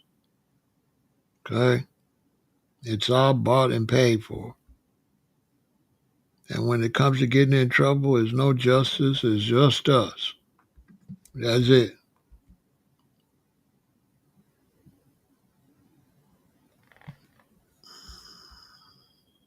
And everybody know how the game go. It's not what you know, it's what you could prove. And that's the bottom line. If you don't know these rules right here, stay out the streets and stay out of trouble.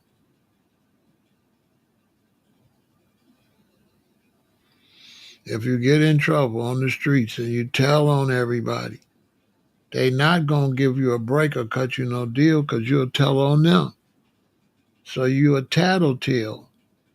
Once you're a tattletale, they can't help you because you'll tell that they helped you. So you just dig yourself a grave. Yeah, I was trying to tell my boy, they said, well, why you say you don't care if Diddy goes to prison or not? I said, bro, it don't pay to care in these people's business. You mind your business or you pay.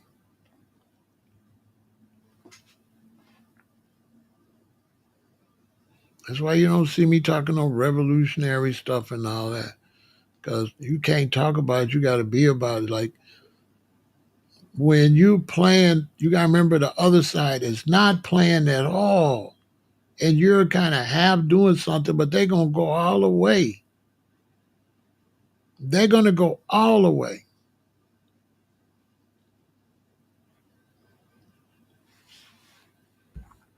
And Diddy tried to jump out there in them people's, in them people's life, tried to do it how they do it and go to war with them. I don't know what the hell he was thinking.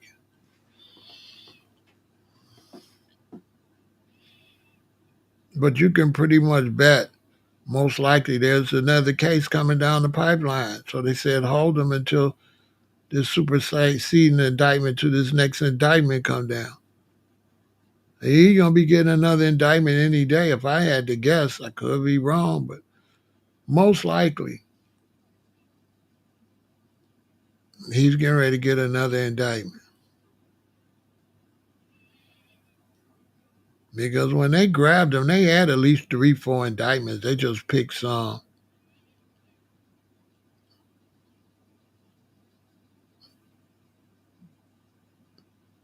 But most likely, he got another indictment coming. He getting no bail because he's got uh, dangerous information. He's got pictures and videos. And I would assume the only reason he's still breathing because they got to find those first. If they find those, he's out of here. That's why I said is nothing on Epstein. Because if there was any information out there on Epstein, he'll be gone. If he's gone. That's a whole nother conspiracy. Epstein could be out on an island somewhere. Nobody knows. Nobody seen nobody or nothing. All you heard is he was gone, but there is no proof that anything happened to Jeffrey. Not really. When was the funeral? Where was the open casket?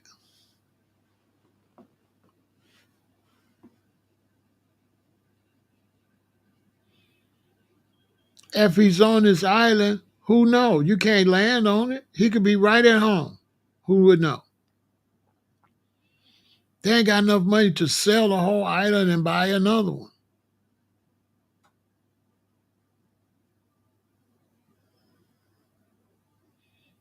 There's islands out there that you don't know it's out there. They don't fly over everything. They don't show you. The planes take only certain routes. I took a plane to Arizona. It took the weirdest route ever. At one point, we went over these rocks. And they showed me this way going that way. And at one point, it was a big white hose like tube. I thought it was a road till it looked good. But you know how big it had to be to see it from way up there? It's like a big tube. I don't know if it was pumping oil or what, but it went under the plane somewhere. And I'm sure if you get on the other side of the plane, you don't see nothing. So let's say this is something they don't want you to see. They fly right over the top of it. So when you look out this way, you don't see nothing. And when you look out that way, you don't see nothing. You know why? It's under the plane. They fly right over it. So you can't see. You look out this way, you don't see nothing. You look out that way, you're not going to see nothing because it's right under there. And I'm telling you, this one area we flew over, it was strange. It was very strange. It could be anything out there. And when you get on the plane and take these flights, nobody looking out the window. I was the only one filming looking out the window.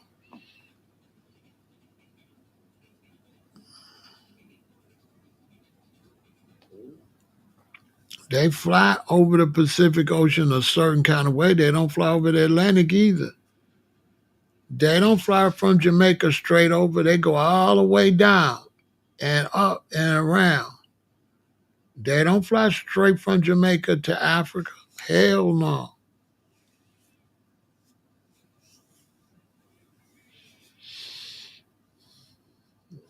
Mm-mm. They don't let you see nothing. When they fly in the Pacific, they don't let you see nothing.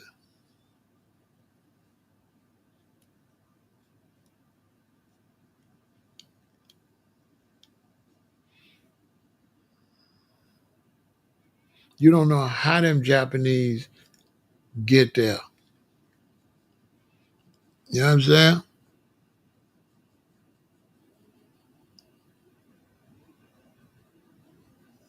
Yeah. They stay closer to landmass. You know, they fly specific government routes. You know, they fly government routes that's designed to make sure you don't see nothing you don't have no business to see. And they got movies for you to watch, right? And they know you can't look out. If you're on a 6 hour flight, they know you're not going to stare out that window for 6 hours. But they make sure they don't fly over anything that they don't want you to see. And on my flight to Arizona, I seen a place that they don't want you to see. We flew over it. You can tell something was going on out there. And it could have been anything out there. It could be dinosaurs out there. It could be big old giant lizards out there because the terrain was like another planet. And this is right before you get to Arizona. About 45 minutes out from an hour 30 to to 45 minutes before you get there. And when you look at that terrain, you don't see not a car nowhere. You don't see not a house nowhere. You don't see no civilization. But you see this big old white thing. Like a some people say it might have been an oil pipeline. But it definitely, if you got your senses up, it was definitely creepy. But you got to eat right. You don't got no senses if you eat meat and stuff. Fish flay, you ain't got no senses. So you won't. Your senses been gone. But if you're on a plant base, you eating just plants, and you ain't doing no artificial flavors, colors, and all that.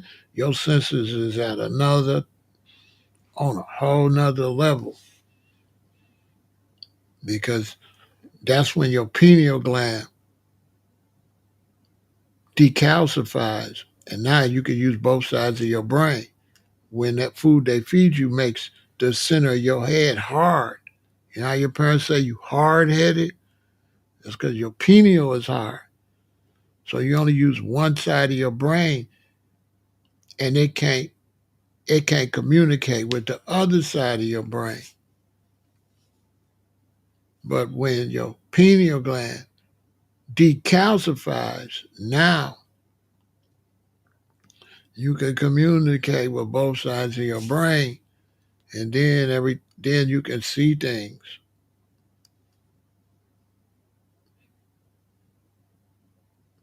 And then you have to be smart enough to just see them and be quiet.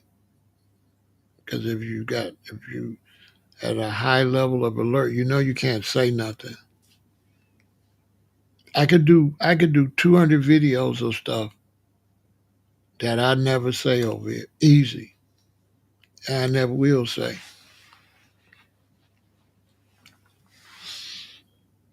Because then you so aware, you know what you can say and what you can't say. And that's all they want to know. Do you know what to say and what not to say? If you don't know if you got loose lips and you sink ships, then they're going to come see you because you should have known better. If somebody trying to keep a secret, why would you go reveal it? Okay? So they like, this is a secret for a reason.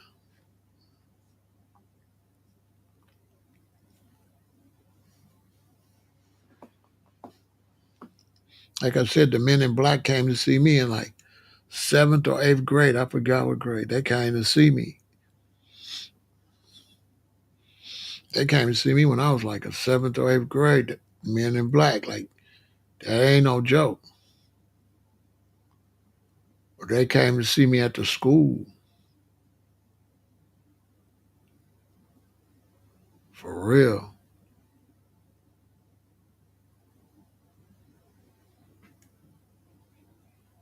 I kid you not. They came to see me.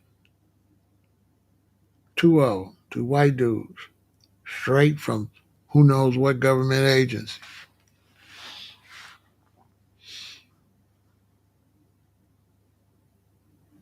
I met them. I met 2 of them. By accident. Too smart for my own damn good. I mean, too damn smart. And they wanted to see who was that damn smart. They thought I knew all that stuff. They gave us a test. And when they gave us a test, they said, only answer the questions you know. Because every time you answer one wrong, it's minus a point. So let's say you answer 200 questions that you really know and you miss 10. That's just minus 10. But say you try to answer 400 and you get 200 right and you get 200 wrong, now you got a 0. Because the ones you got wrong is subtracted from the ones you got right. So when I took the test, I only answered the ones I absolutely knew. Of course, I was exceptionally smart, so I finished early. I'm just chilling. But I'm too smart for my own good. I looked at the test, and when I looked at the test, I noticed that like 85% was B.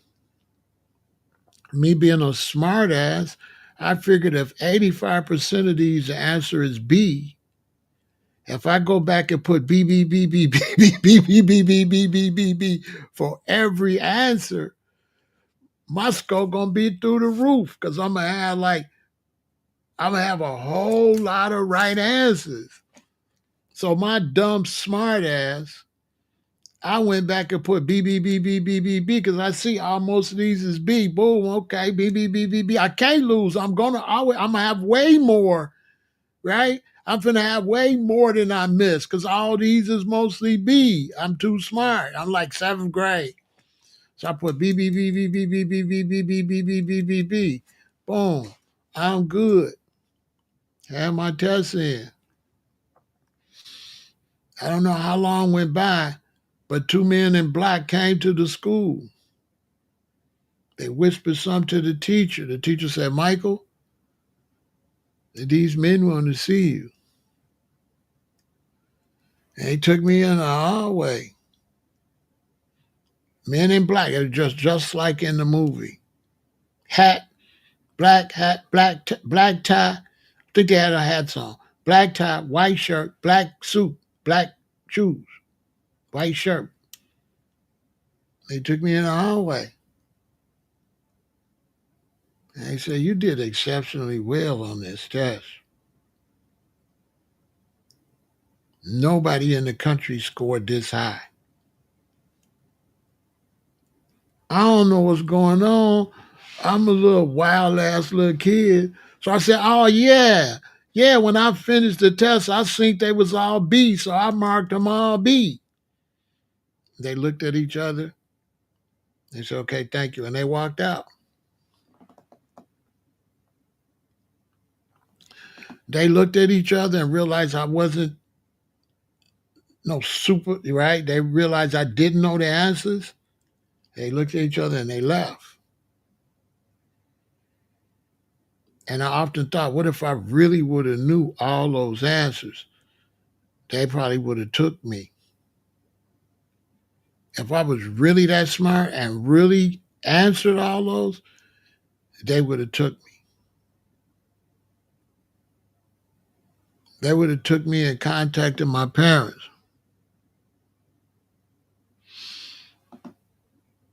You know what I'm saying? I didn't know I was playing with them. I was just being myself.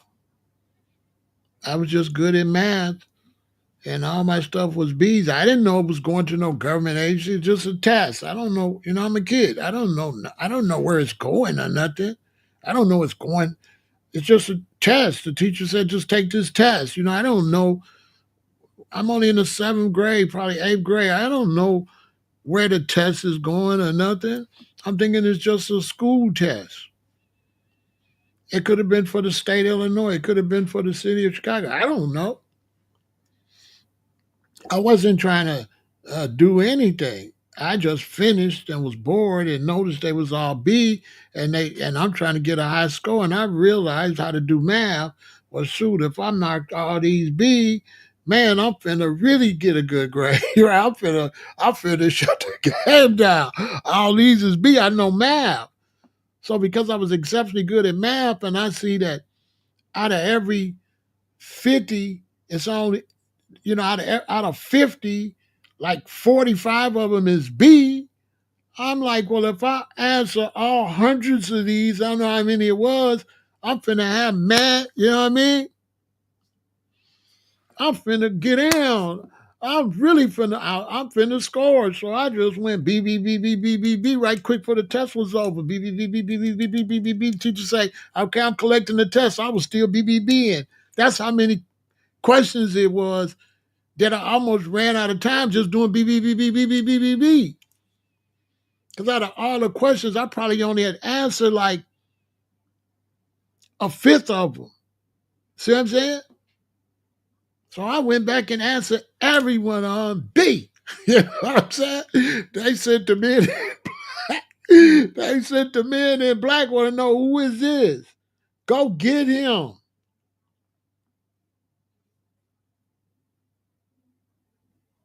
How he get it?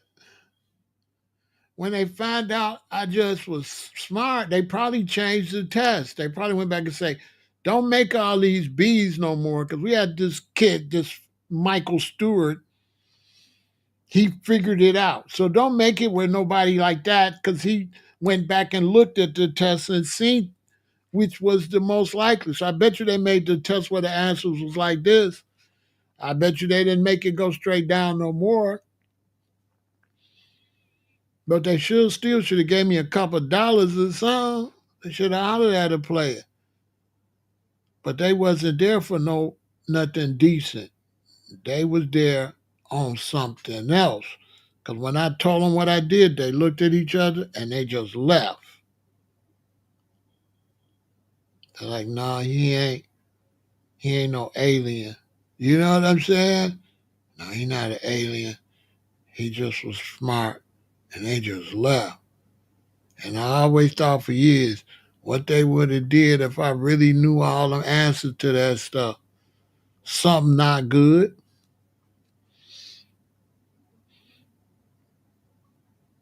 They would have did something that probably wasn't good. I probably would have been still missing today, locked up somewhere doing stuff for them. Matter of fact, they might have left and I end up kidnapped, missing. My parents won't know. He just got out of school. He never showed up at home. They probably would have grabbed me. I would have just been missing at some scientific lab or some government stuff, re-brainwash me and stuff. And I think I belong to them. Who knows?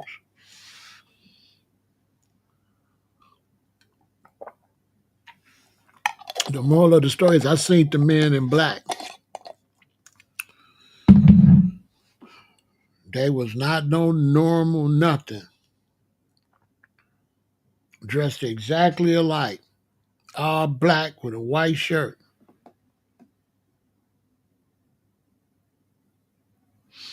You feel me?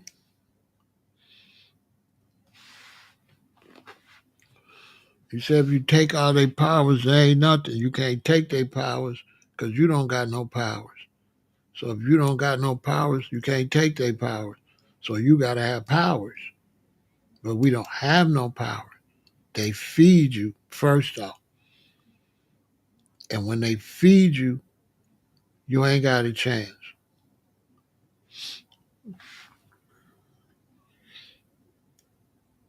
If you eat the food they recommend, you ain't got a chance.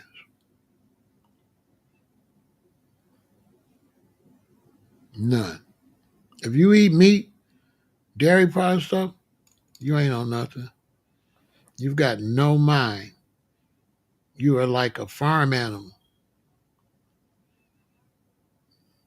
You're like a farm animal,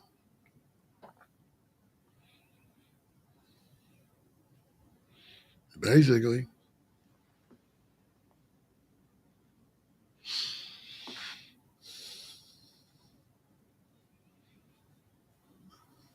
So they already know you ain't gonna do nothing if the way they feed you. They feed you in a way to stunt your mental growth. They know all this stuff. They know about plant based. They know all of that. They know stuff we wouldn't even begin. That's why back in the day, the only vegan restaurants was in the European neighborhood. There was no vegan restaurants in no black neighborhood. They been knew about that.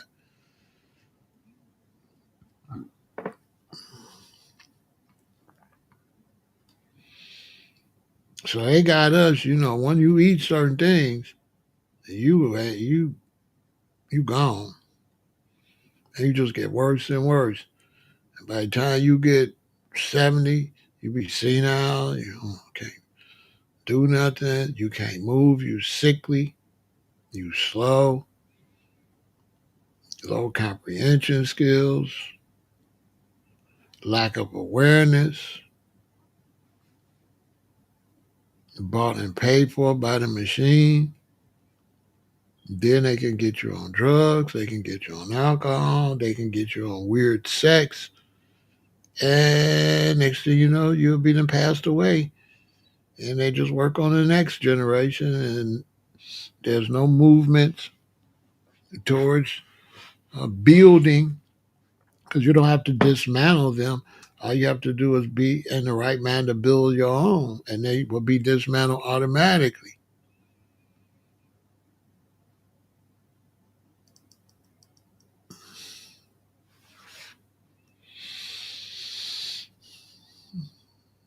So Diddy didn't have a chance because of this. He didn't have a chance.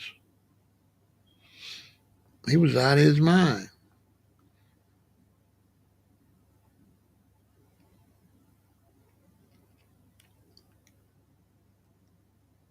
And if the addiction was bad enough, even if they let him out, all they gonna do is OD. All they gonna do is make sure you get a bad batch.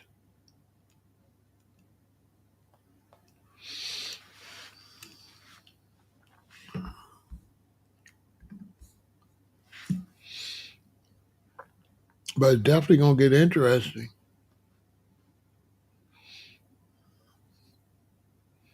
He played a dangerous game, and he ended up just a dope fiend and a sex addict. They just destroyed him.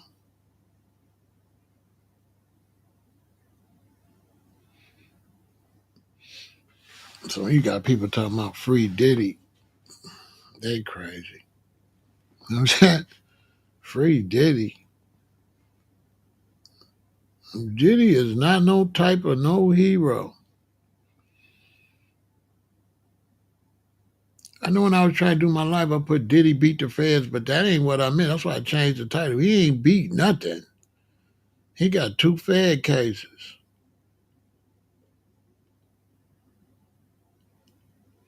And more cases coming down the pipeline and more lawsuits coming down the pipeline. He'll be fighting cases to the grave.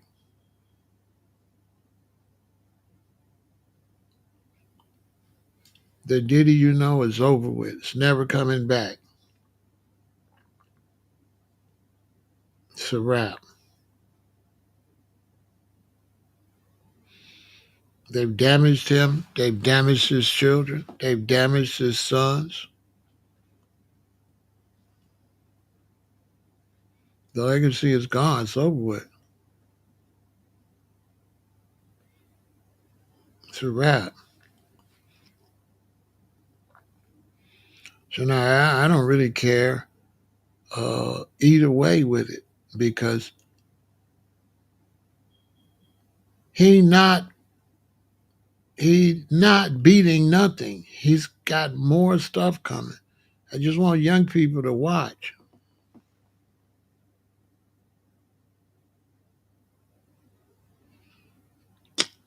Man, y'all know that man's stressed out.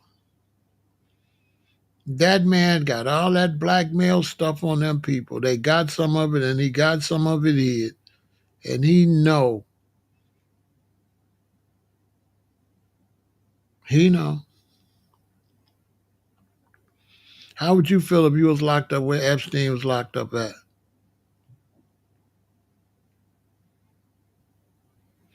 They said that when he went back after the case, they cheered for him. Man, at least four of them people is the feds. They got the top level home security feds locked up with him. He think them is criminals. He think them is criminals. They got the high level feds on them trying to find out everything they can about him. He ain't dope sick. He ain't dope sick no more.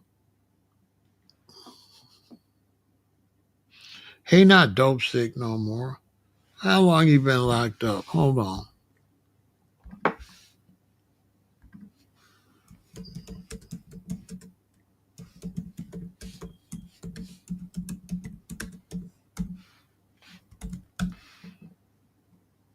Diddy got locked up in September 2024, September 16th, September, October, November, December, January, February, March, April, May, June, July, 10 months. Nah, he ain't dope sick.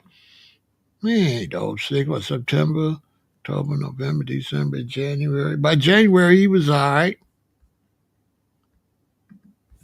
He was all right by January. He was all right by December. Yeah, he was all right by December. Really, September, October, November, he was all right by the end of November. They only be really dope sick for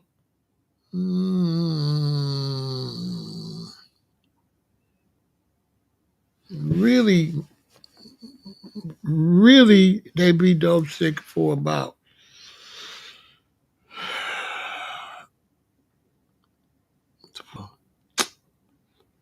hard for really only about 3 weeks. But then they still be highly addicted. So all the addiction and stuff ain't gonna come out for, like 90 days, 120 days, somewhere in there. But as far as being sick, he get in there, he had money so he could get candy bars and stuff. And them candy bars and them sweets clean them up. They gotta have candy bars.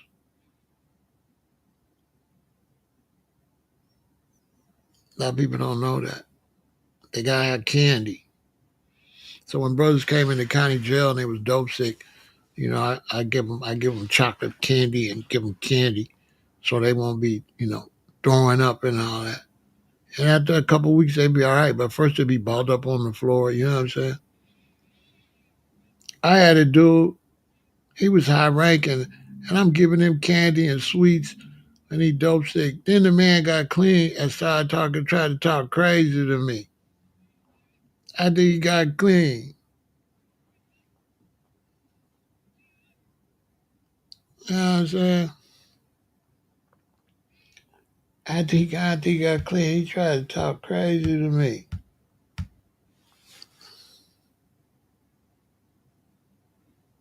Oh, man.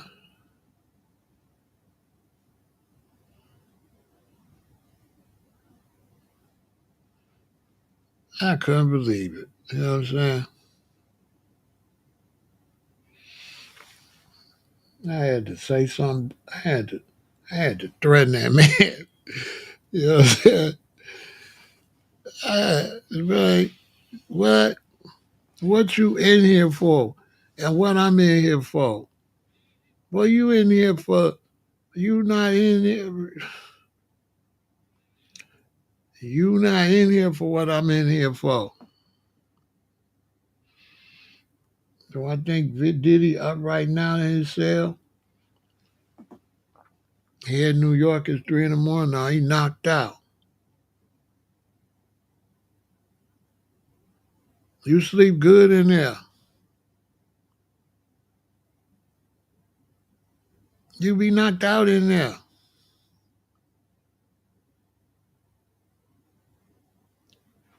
That's 3 in the morning. They finna he gotta wake up in another hour. He knocked out. He sleep.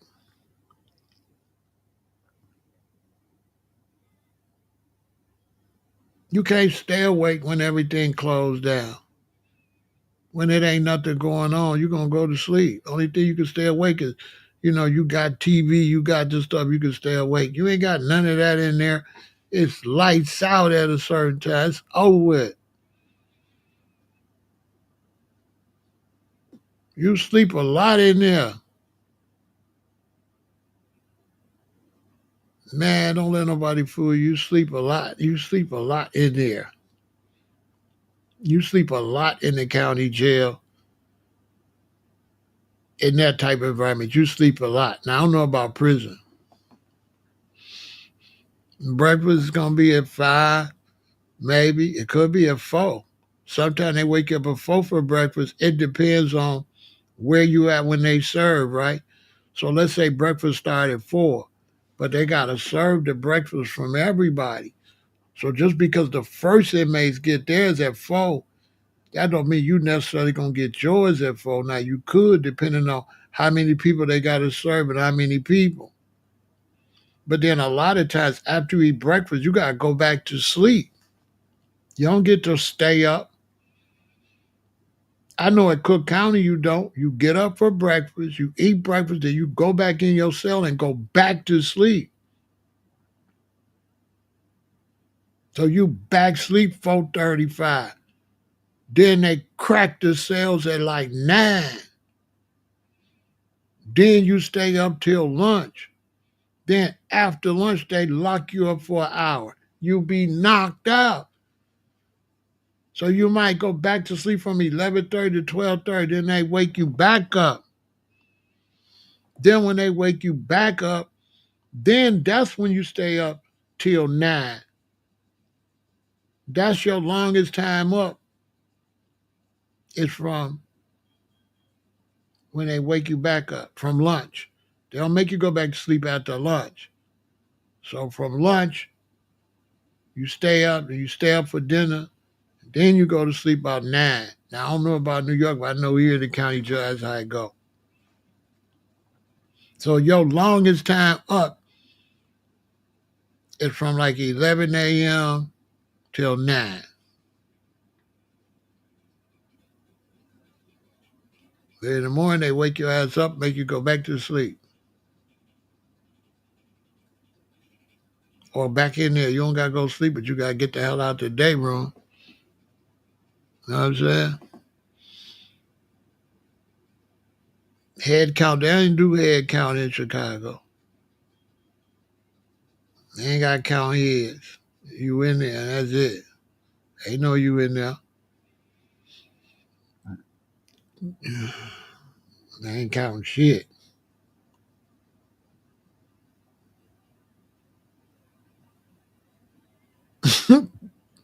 They ain't counting you. Not Cook County. I don't know about now. That was a while ago. They do head count in Miami. Yeah, Cook County. But then it depends on where you at. Are you in a day room? Are you locked up where everybody's in a big room with a bunch of beds? Or if you locked up like I was, where it's a square and there's cells around the top, and there's cells around the bottom, and the day room's in the middle. Then they crack them cells, and then everybody's in the day room or up on the top on the balcony out around like that, or on the lower stairs, because there's stairs that go down, because the cells down there is down some like 4 stairs. Then you walk up some stairs, there's the day room. Then you got to go up the other stairs to get to the second tier up there. It's like 2 men in a cell, 3 men in a cell. Somebody got to sleep on the floor. When I first got there, I had to sleep on the floor. And then you could sue, but when you sue, you don't get number $27, $15, something crazy. Because they got this class action suit, so many people sue, you don't get nothing.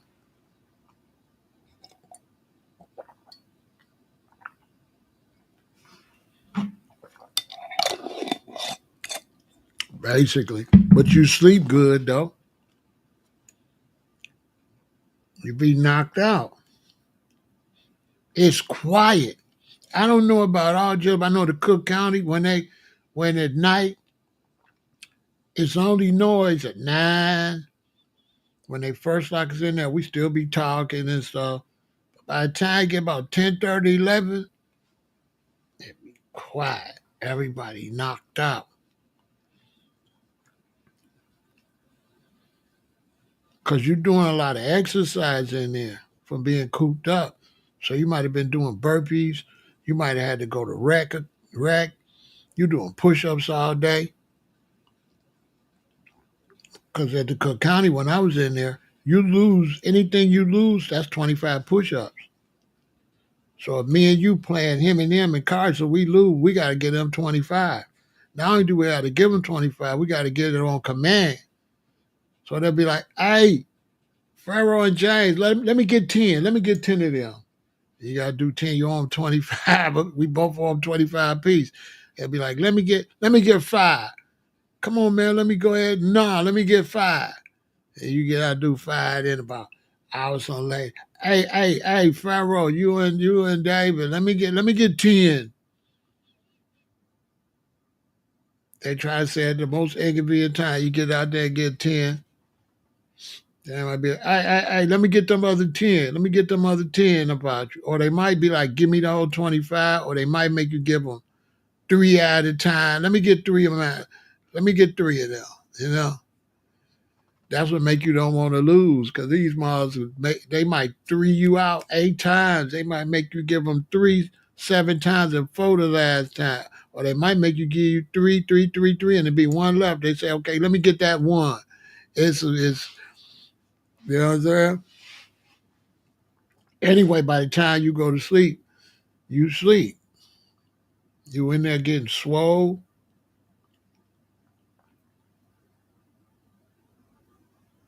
And everybody just knock out, kind of almost at the same time. It's a real gladiator zone.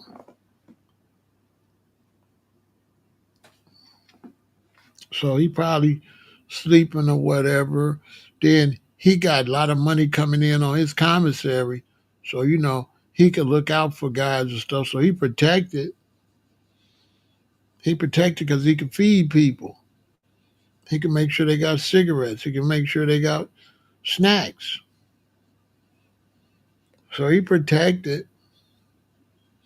Money talks in there.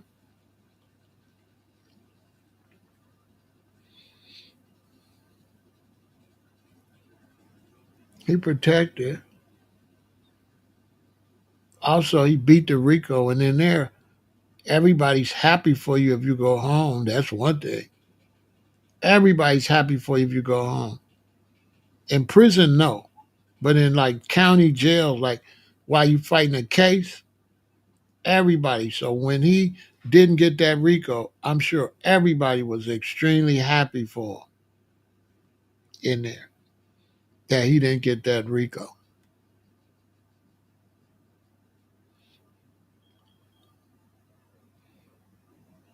So if I was locked up with him, I would have been very happy he beat the Rico. I'm not locked up with him, so I don't got no dog in the fight like that. I don't want to do no fake cheering for no some celebrity. That's a little phony to me for me to be cheering for some celebrity. That's got a case. I got no basis to cheer for him other than he's a celebrity.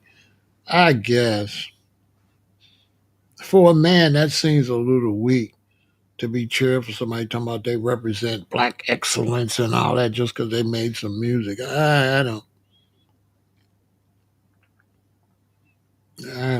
agree with that.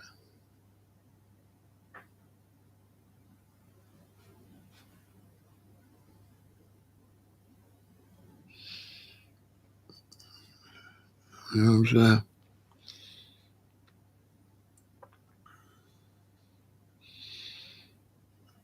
I'm not really into celebrity worship like that. When you're in the music business, these are just people like everybody else. That's it. And so when you get around them, they're just people like everybody else. Now, in some cases, people want to suck up, thinking they can try to get something out of it. But a lot of times, you don't get nothing out of it. So how long you gonna try to suck up to somebody to try to help them pull you up in the music business, and they just looking at you like a lame? Let's take a break. They just looking at you like a lame. They don't even respect you.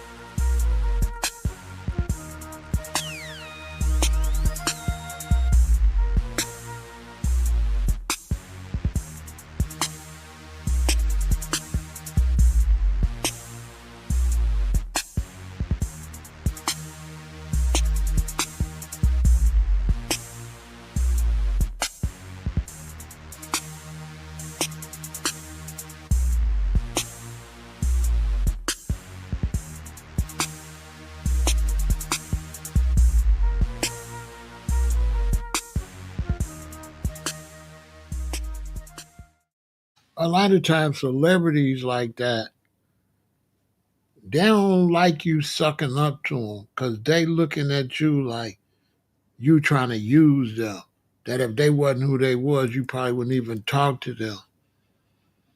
So a lot of times they only respect you if you're like a comrade, if you're like a fellow artist, a fellow actor, or a fellow rapper that's making some noise too. They'll respect that. But if you're trying to come up in the game and they don't really respect that because they feel like you're just trying to leech on for your career. You got to make it on your own. Then they'll holler at you.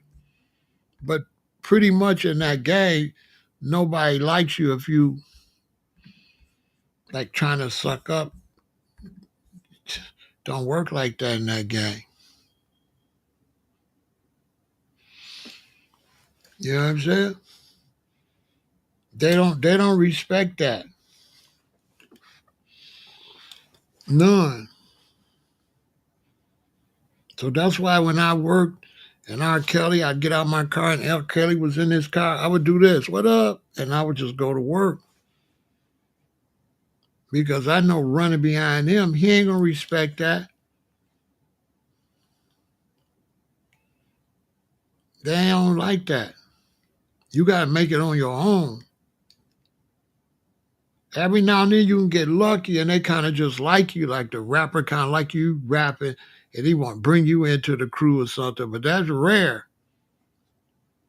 Like you gotta get it on your own. Like running behind people, it don't do nothing for you. I know dudes ran behind a whole bunch of rappers, producers, stuff. They didn't get nothing out of that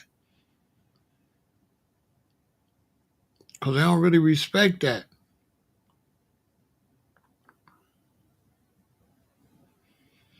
Only thing they respect is money. You got money, you gonna pay them for a verse. Now we talking. But even that, if you ain't got your paperwork and you pay a rapper for a verse, and then you get ready to put it out, the record label might not clear it. So you just gave this man $10,000 for a verse, but he signed the Atlantic, and the Atlantic won't clear it. So you basically lost your money. So you don't give him no $10,000 for no verse unless he go clear it. He gotta clear it and do the verse. But if he can't clear it, he ain't getting nothing. So you're like, dude, I'll give you 10 racks, but you gotta go clear it first. You gotta clear it. I need to talk to your label. Put me on the phone with your label and let's get them to clear it. You gotta do it with the label. Because the labels might be like, okay, we'll clear it, but it's coming out on Atlantic Records. We need to get some points off of it. See, this a business. They not finna give you no song. They need to make some money. Because at the end of the day, they still gotta mix it. They still gotta master it. They still gotta promote it.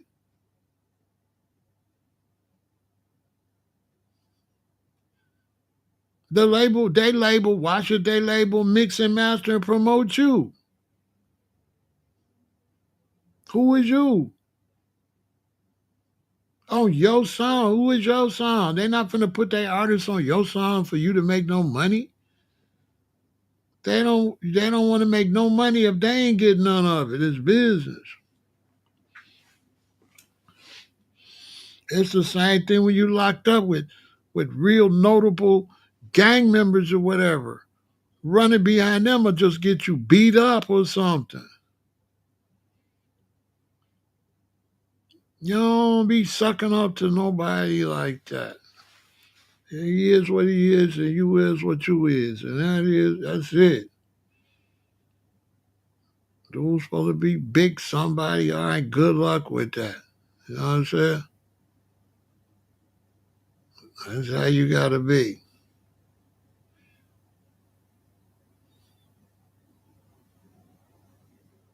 So when they come around you and tell this big Larry, he the big conservative VL, you like, oh yeah. You know what I'm saying? Yeah, well, yeah, you big over there where you at. You big over there. You big over where you live at. Because you're not big right here standing in front of me. You big over there? Oh, cool. Yeah, you the big man over there. Okay, I respect that. You the big man over there. Over there. You the big man over there. Let's get that part straight. Let's get that part. You they big man. Yeah, you they big man.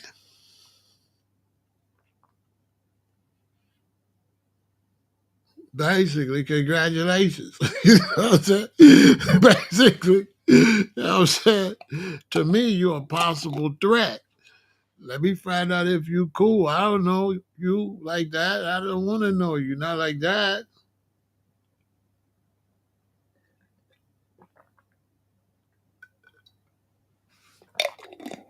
Dude,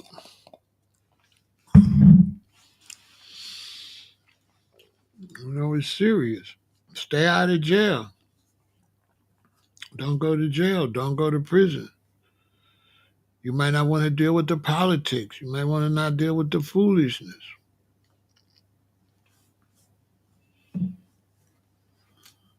Live a decent life. You know, leave them women alone. Women to ruin your life. Get a woman. Women is not gonna work. When you run around with a bunch of women, you running around with a woman somebody still love, that somebody still got feelings for. So you putting yourself out there around a lot of dudes because you messing with women that's been messing with dudes, and you putting yourself in the mix. You walking out at Shorty's crib, her baby daddy stalking and all that. You ain't gonna get no money like that.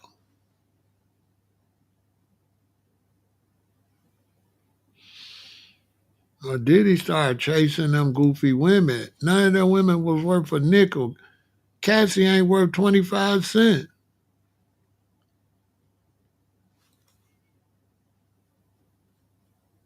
There's some chicks on the block better than that. You know what I'm saying?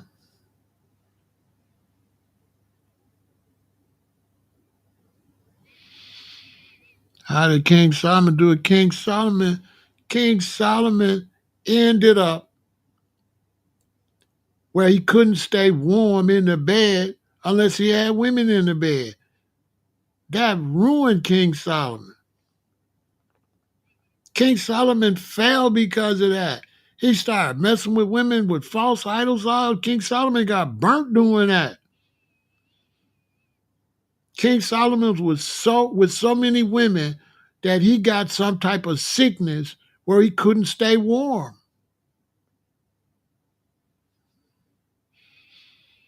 King Solomon got a sickness where he couldn't stay warm, and he had to have 2 or 3 or 4 women in the bed with him to stay warm, and he was in the bed shaking. He died a mess. That didn't work out for him. That didn't work out. That's why the covenant went to Ethiopia, because Solomon and David wasn't on nothing. And Solomon's son, Menelik, took the Ark of the Covenant and took it to Ethiopia. He got the Queen of Sheba pregnant and had Menelik. Menelik came and stole the Ark of the Covenant.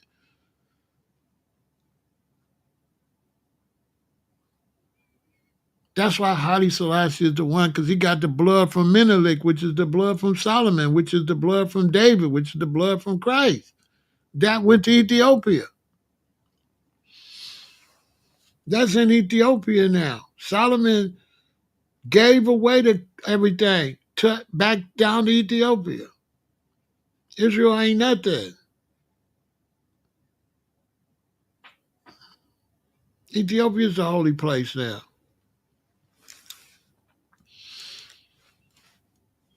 Solomon got to sleeping with all kind of Canaan, all type of stuff, man. He started worshiping all kind of weird gods and everything. Man, let me tell you something. You want to ruin your life, chase women. You'll find out you're going to ruin your life. Yep, you're going to ruin your life. That's what you're going to do.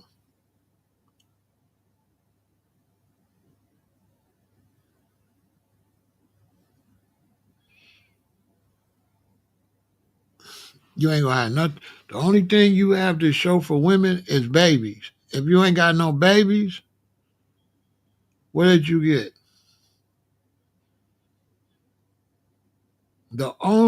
I was with a lot of women, and the only ones that mattered are the ones that gave me my sons and daughters. The rest of them, I got nothing out of it. The only thing I ever got was children. That's the only thing that's worth anything. The sex with them ain't worth 25 cents. Sex with a woman this month ain't worth 10 cents next month. That's like it never happened. Ain't like you run around, oh man, I had sex last month. It don't work like that.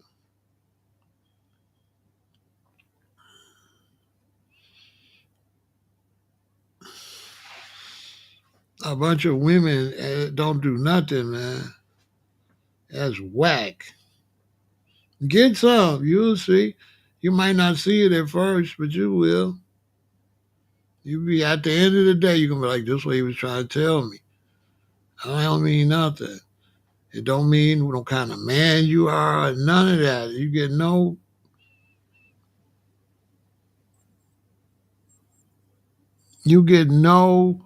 nothing from that. The the only thing you can get from a woman is a baby or some babies. That's the only value you're gonna get. Period.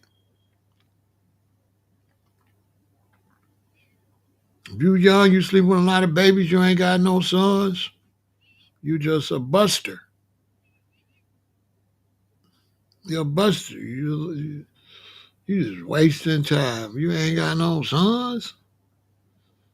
So what did you do all that for? Don't tell me you're no lion. Lions, lions get up in lioness to make more lions.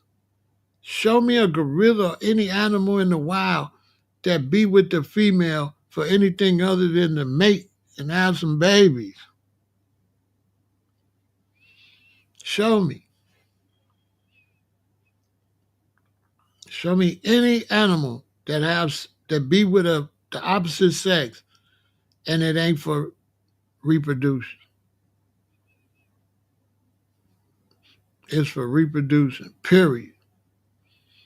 You ain't on that. You ain't on nothing.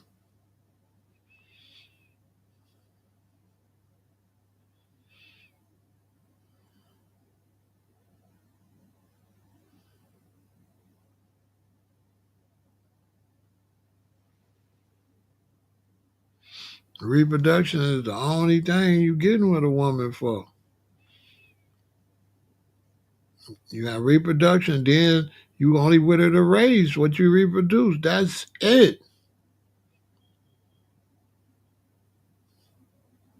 That's it. Sex ain't nothing, man. If you ain't having no babies, you just shooting blanks. Hey, man. They be selling young brothers nonsense. Sex ain't nothing, man.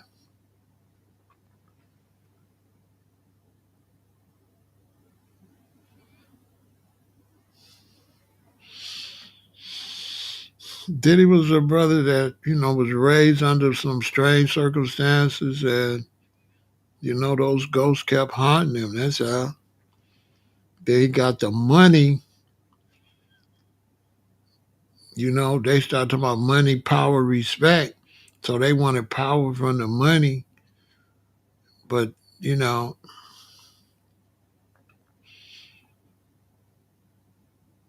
money, once again, is, it ain't what people say it is. It's overhyped too.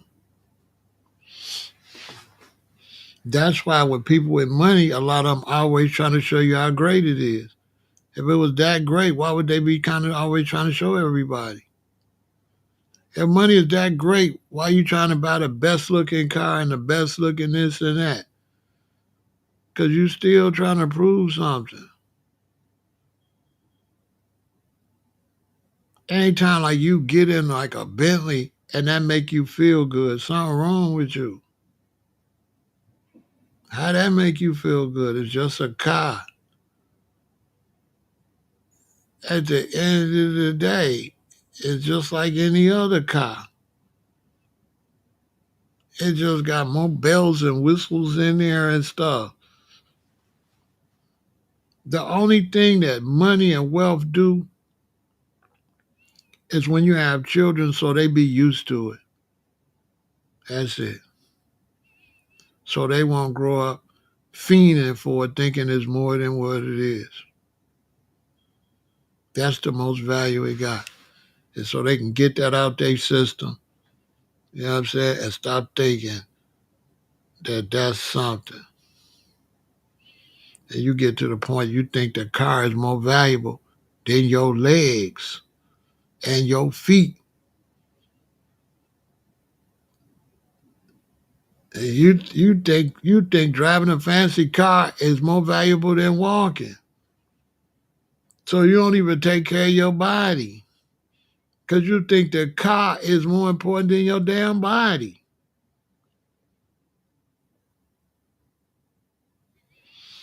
Basically. So now you driving around like DJ Khaled wearing 850 pounds and sick. Always showing your new sneakers in your car. But your whole body is a mess. You put all the value in the car, no value in your body.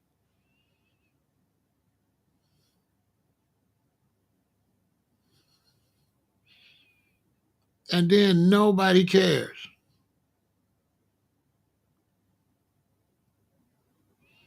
But gold diggers and haters, regular people don't care nothing about no damn car.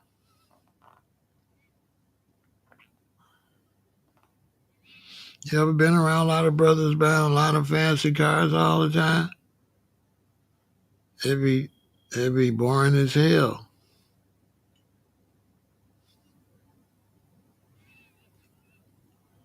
And they never get satisfied. And 85 to 90% of them lose everything they got.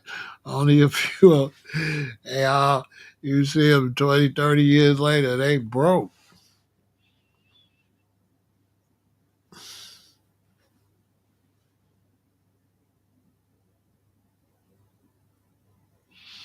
Man, it's good to buy something that you like, kind of, sort of, if you really like it. It's all right to buy it. If you're a multimillionaire and you want to buy some kind of expensive car, that's fine. You can afford it.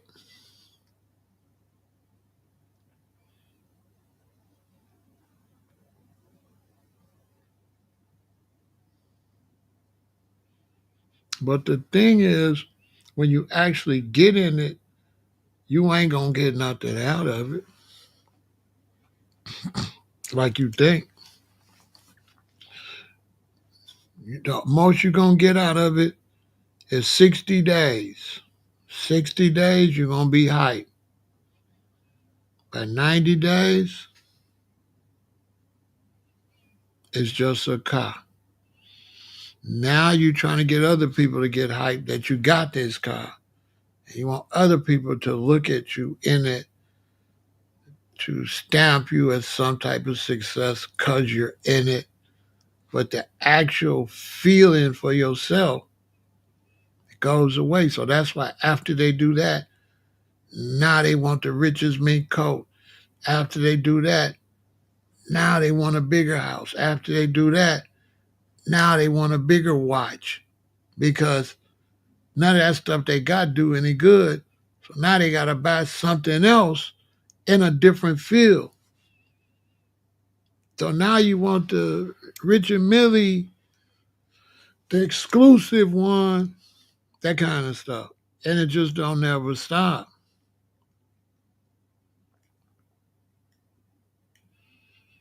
It just goes on and on and on. Then you pass down to your family and your family have all this stuff. Then your family have all kind of problems, all kind of mental problems, all kind of alcohol problems, all kind of drug problems. You look at family after family and look at them. When they got all that money, they pass it down. How everybody go crazy. Everybody go crazy.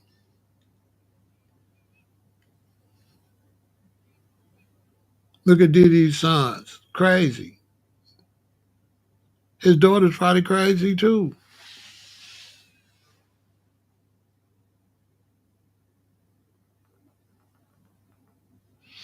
You understand? And so don't it just be something, I don't know. It just be something you be doing.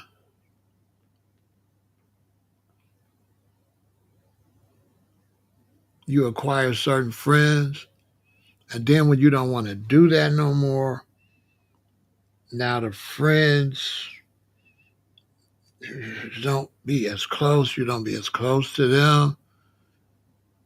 And then when your relationship has any problems, it gets overhyped because you're like, I got all this money, I did all this, and you still complaining.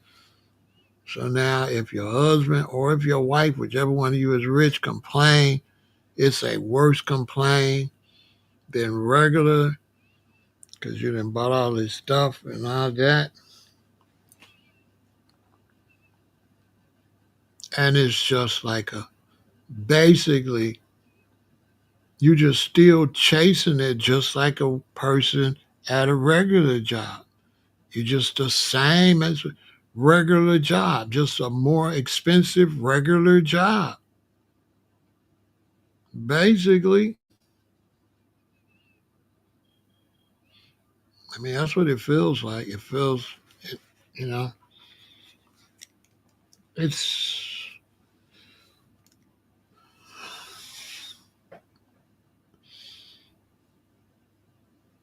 it's crazy. You have to have been there, you know. Sometimes you experience it, you don't have much care for it no more. You know, you don't care about living just a menial life. You know, you don't need all them wham whams and zuzus. You know, you like, you know what? Yeah, I don't need all this shit. You know what I'm saying? You know, you gotta chase the stuff, then you gotta keep up with the Joneses.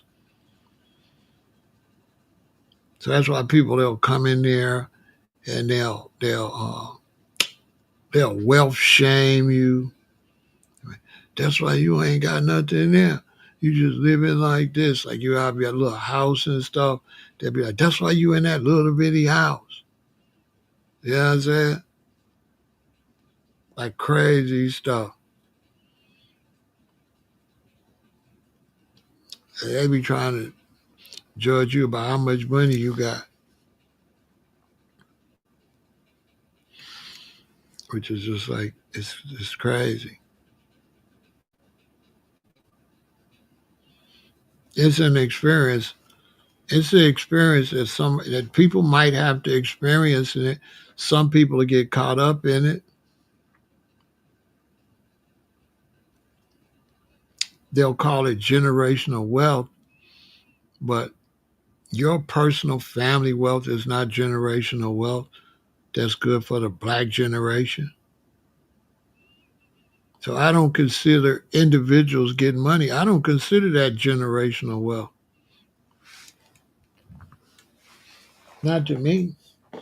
Because all you're doing is passing down money that one of your generations is going to lose because all your people don't got money. How you maintain money when there's nobody in your race that got no money for you to be around? The reason Europeans can maintain money because they make sure Europeans got money, not just me. They don't function off of just they no. They function off of all of them getting money. And that's generational wealth. In the black community, it's about you getting money. That's not generational wealth. Because a generation ain't one person. The generation is everybody from that time period. When we say this generation, are you talking about yourself? No, you're talking about this generation. So you talk about this generation of black people. How is it generational wealth if this generation of black people ain't got no wealth and you got it? Make it make some sense.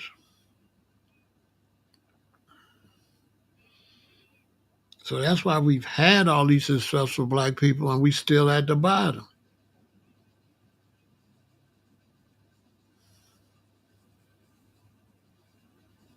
Because we don't have the businesses to spend the money with. Anytime you get money, but you ain't got nobody to spend it with, but the same people you got it from, you tripping. You be like, man, I made a whole lot of money to go buy a car from them and give it so much of the money back. That's what it be sounding like to me.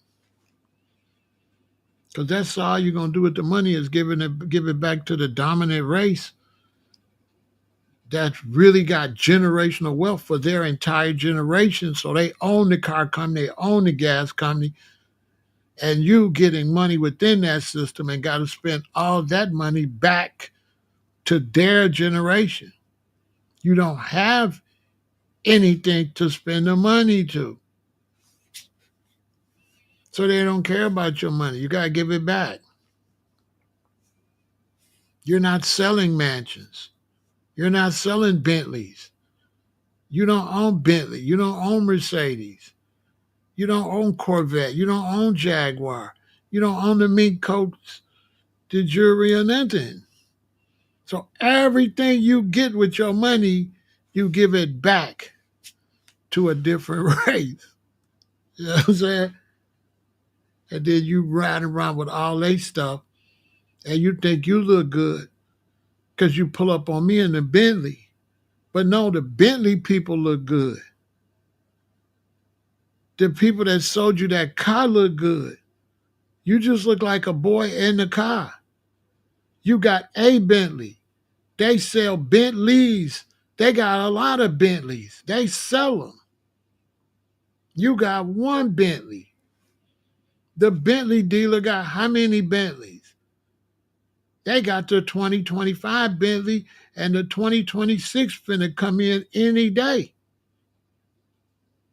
So you comparing with somebody else that could buy a Bentley, but you're not competing or comparing yourself to the Bentley dealer. So you just a bozo. You buying fancy homes, but you don't selling fancy homes. You don't own neighborhoods. And so you're just bragging that you got enough money to go buy stuff from somebody else, basically. Once you get hip to that, you realize what's going on. When you black and you get money and you get hip to that there's no black people to spend it with, and everything that you want, you gotta give it back to make sure somebody else is richer than you, and you'll never get richer than the people that you gotta buy this stuff from. That's when you see the game. If you don't see that guy, you just tripping. So that's when you go, okay, this is a group thing. You know what I'm saying? If we ain't doing this on a group level, this just some clown stuff. Basically. You know what I'm saying? Like, if you can't do it on a group level, it's like, wow. You know? It's cool. But when you mix that, when your years go by and you got all this stuff and you 45 and you got all this stuff and you 55, and you got all this stuff and you 65, and you realize pretty soon you probably going to pass away. Now you're looking at the stuff like, well, who going to maintain my stuff? Your wife is close to your age. Your children might not be worth a damn. So who you finna pass this stuff down to? Junior ain't on nothing. Your daughter's married to this dude. He gonna take everything she got probably. So you did all that for what? Because you got no discipline within the race or nothing. Look at Diddy. He's liable to lose everything. If this goes south, in 20 years, he'll be broke. There won't be a mansion nowhere. There won't be a fancy car nowhere. His children won't be nothing because he done ruined their names. Who want to be bothered with them? What they gonna do? He's destroyed the legacy.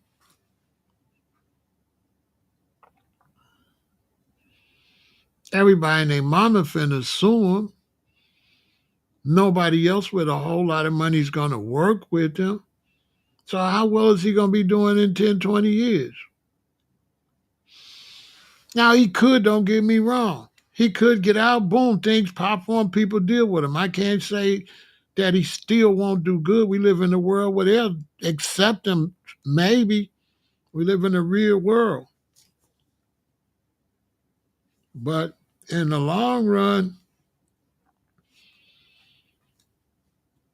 he can go to prison, get a 5 year, go to prison, get in an argument, get poked up, pass away. It's a wrap.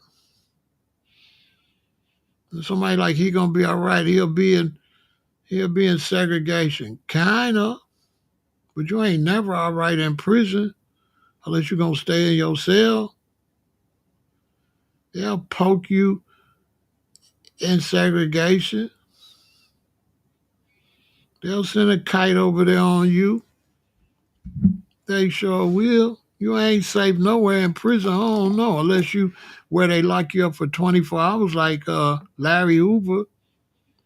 and you go out, you walk in a shower right there, and they bring your shower to your cell, and you go out on the yard, it's just you, and you walk back and forth by yourself, you be all right. But if you got to go anywhere you're around other people, come on, man.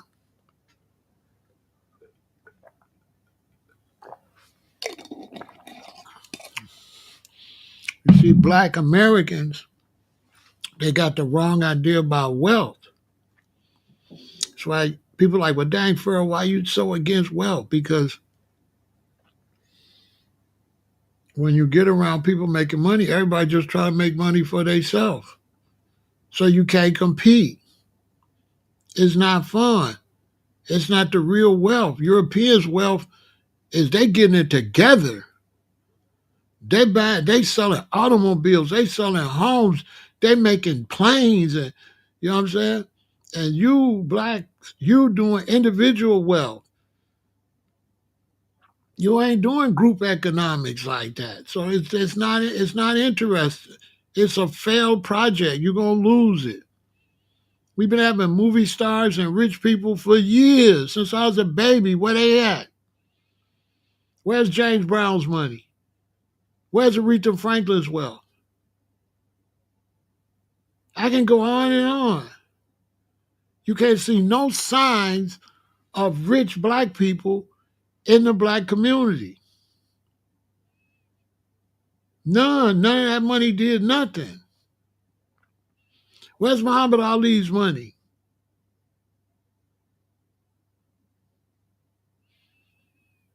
Hell, where's all the money the Nation of Islam raised? Where is it?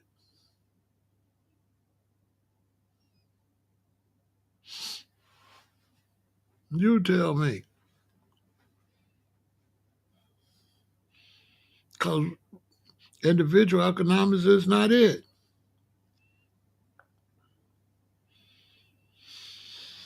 I ran with a bunch of dudes getting money, and he buying a car, and he buying a car, and he buying a car, and he buying a car, and he buying a house, and he buying a house, he buying a house, and he buying a house, and he buying a mink coat, and he's buying a mink coat, he's buying a mink coat, and he's buying a mink coat. And all that money, they giving it to somebody else. And them people working together. They selling mink coats, they selling mink coats. They selling houses, they selling houses. They selling Cadillacs, they selling Cadillacs. And all you doing is he buying it and he buying it. Everybody you buying from is group economics and you individual economics. 20 years later, everybody broke. But the Cadillac dealers still selling Cadillacs. The fur coat people, they still selling mink coats. Foot Locker still selling sneakers. Jordan still selling. You bought Jordans.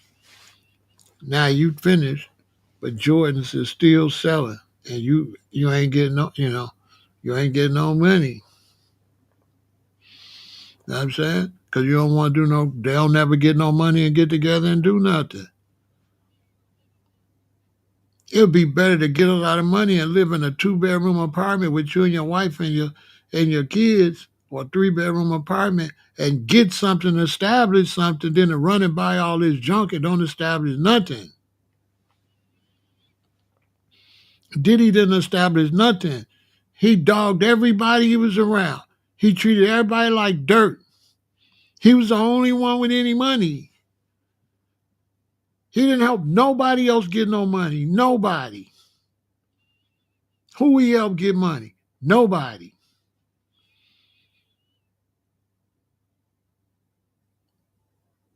Bad Boy, Death Row, Murder Inc., all of them, they all gave all our money to Spotify. They gave all our money to Apple Music. Now they paying you 30 cents for 1 million plays. Black folks ain't got nothing in the music business. Them dudes made all that money. No limit, cash money. Rap a Lot, Suave House, Bad Boy, Murder Inc., Death Row, Sick Witted Rap. I could name them. They got nothing for us in the music business. Zero. They set up nothing for their people. And all the junk they bought over these years is all gone. Ask them where all the cars at they bought in the 80s and 90s and 2000s. Them cars is gone. Junk. Floyd Mayweather, what he got? Nothing. He going around lying, said he bought a bunch of apartments. They bought nothing. He'll have to go out there and do another expedition. He's going to keep doing exhibitions until somebody knock him out, ruin his legacy. Because we don't really want to get no real nation money. We like crabs in a barrel. You just want to get individual money. You know what I'm saying? You just want to drive. Diddy just wanted to be Diddy. He didn't want nobody else to be nothing. He didn't want nobody else to do well, just him.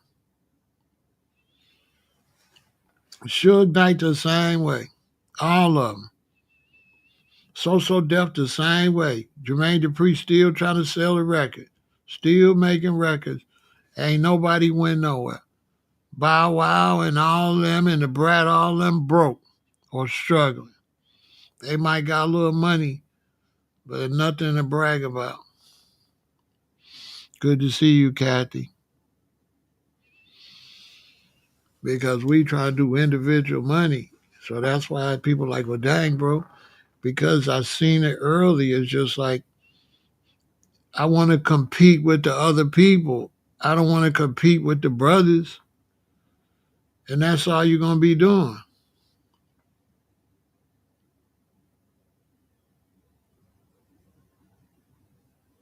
I never had a problem conveying this mentally throughout your life and relationships and with fellas.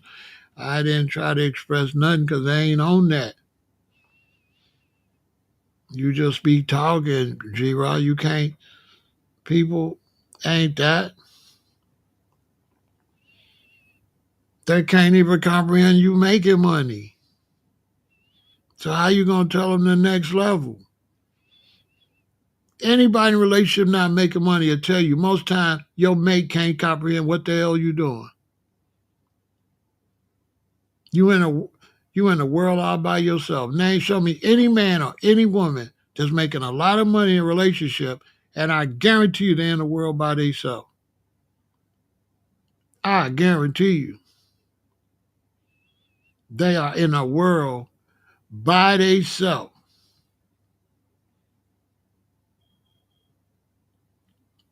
That they mate is not connected to what they doing.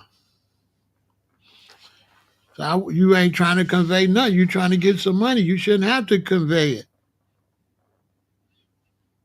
You said, what I got to convey it for? You can already tell they ain't receptive to it because why they ain't trying to convey it.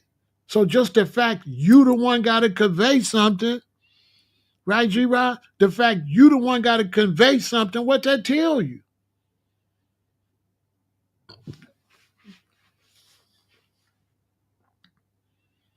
That tell you right there that you wasting your time because why they ain't conveying it? Why no?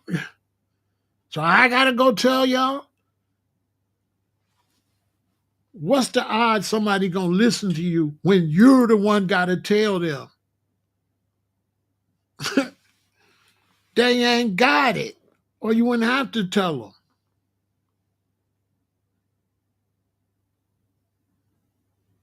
You understand? Ain't nobody gonna work with you because they own personal shit. They gotta be all in your personal business. They don't want to just work and concentrate on the business. They all over the place.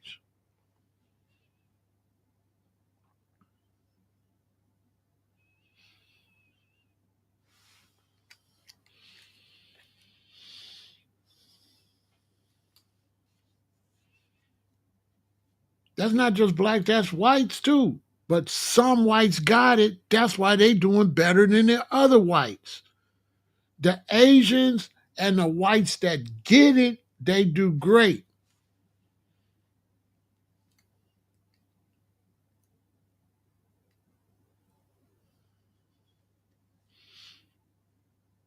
You're gonna have more whites could do it because they got a bigger population. We only 40, 50%.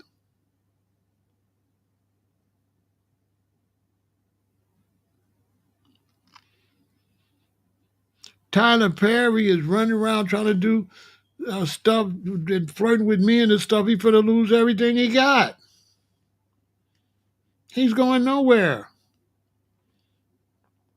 because he's got sexual hang-ups. He don't got nobody with him. He trying to do it all by himself.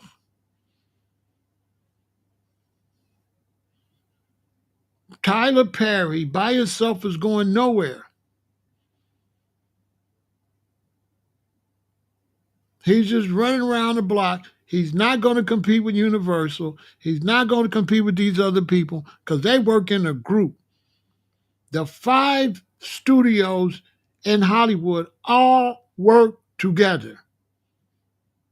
Nothing they do they do solo. Everything they do as a conglomerate. They know that it takes a lot of them. You look in the music business, Universal and all them work together.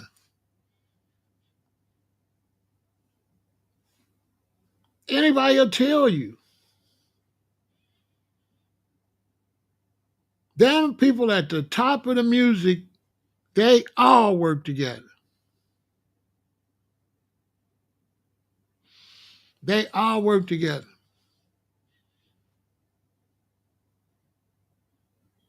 I just posted a video with them all talking about it. They all work together. They got the one at the top, then you second, then you third, and they all work together. And they keep that pecking order. You're the top, then us, then you. And they work like that. The guy that runs YouTube Music, he works with them. They all work together.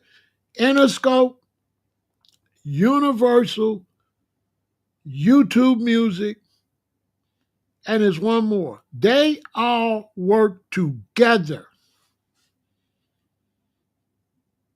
Look it up. Interscope works with Universal. Universal's at the top. And everybody just plays their position. And if you go bad with one of them, none of them will work with you. If you disrespect Interscope, don't run over to Universal. It's a no-go. There's a video of them all talking. D.R. Cohen, the guy from Universal, and some they all they talking about it. They saying it. I think I put it on my Instagram.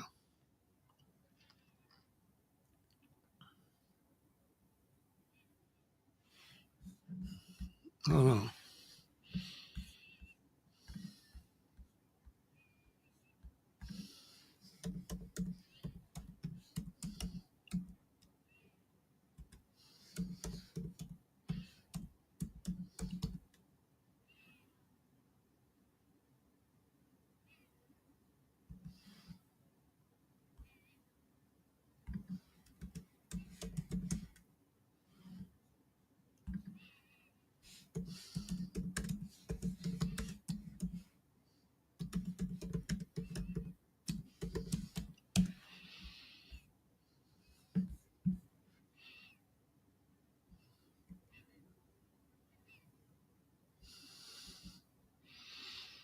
I gotta find that. I gotta find that video. But there's a video with them all talking about it. I think it's on my. My Instagram. They just being straight out. They talking about it straight up. They talk about it straight up, working together. They're interviewing them.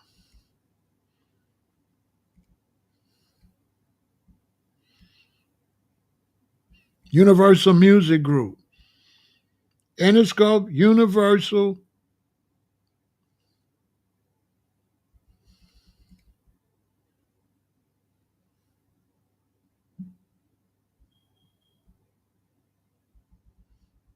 and one other one.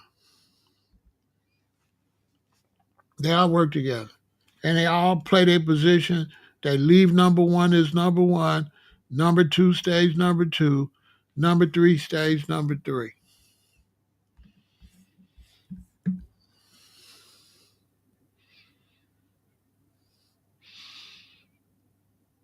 The reason 50 not working with him is because 50 knows everything, and he knows that Tyler do too much LGBTQ stuff, and 50 already seen this coming, and he knew it was going to damage his brand.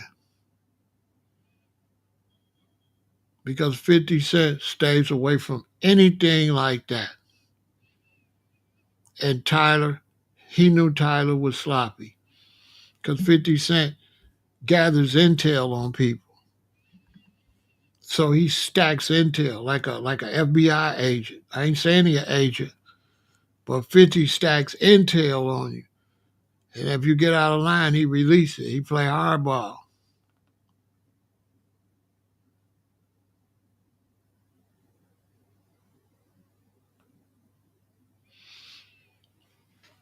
So he knew from the rumors, because when you in the business, you hear the rumors before anybody else.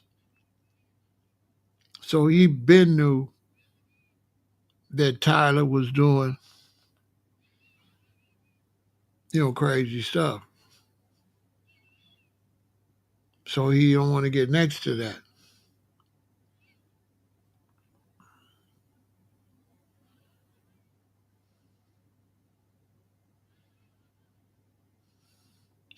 Part of the big money, you got to keep your nose clean. You can bring down the whole ship.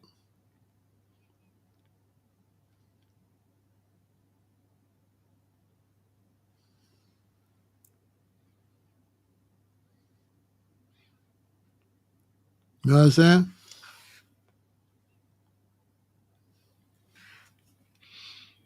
What's up, Nick and Knight? Shout out to everybody over there on Kick. You could bring down the whole ship.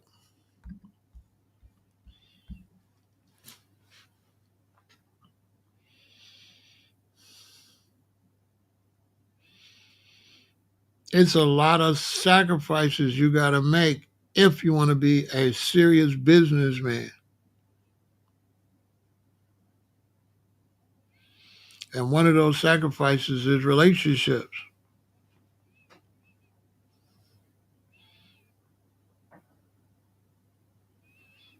It's going to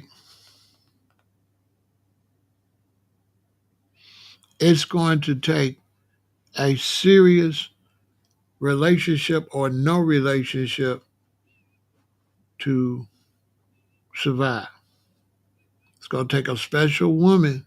If you're a man, it's going to take a special woman for you to survive. And then after you make so much money, no matter what she do, she can't stop you because you could just break her off 50 million, divorce and get married again. Like the guy that owns Amazon. See how he just got married again? See how he just paid his wife, bye, and just got married? Because he got enough money where he could just get you out the way and keep on going.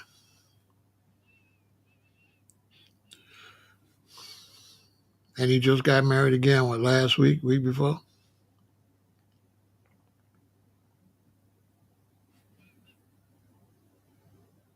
If you ain't got that kind of money, you got to wait.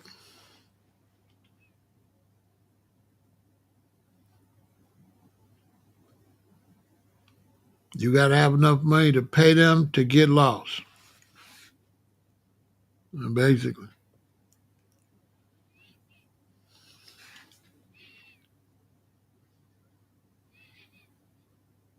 Yep, 138 billion. Didn't miss a beat.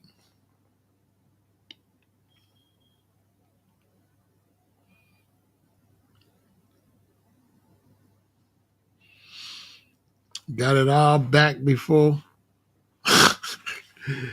before she even got paid. Got it all back.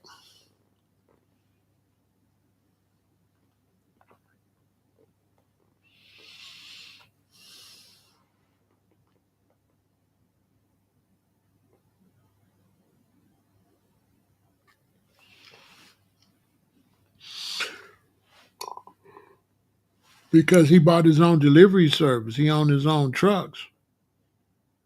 So when he owned his own trucks, he get money. Because when Christmas come, if UPS can't handle the load, he'll let them use some of his trucks and vice versa.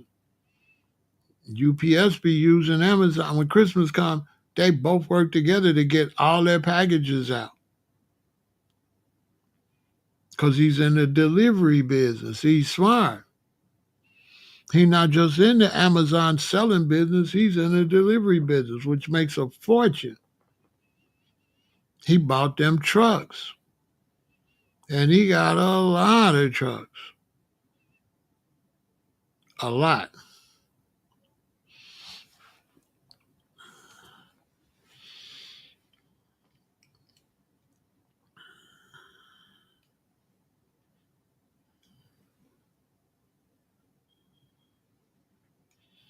I don't know what that got to do with anything, Nick, and I have no idea what you're talking about.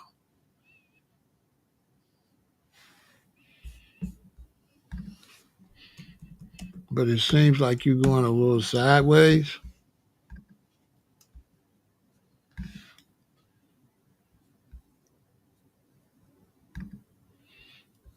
So I got to get you out of here, okay?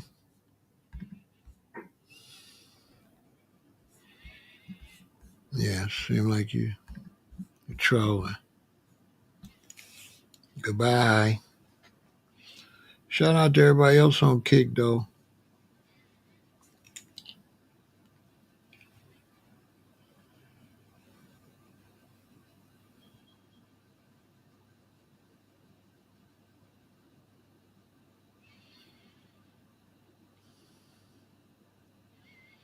And so we're going to watch this and see what happens with Diddy.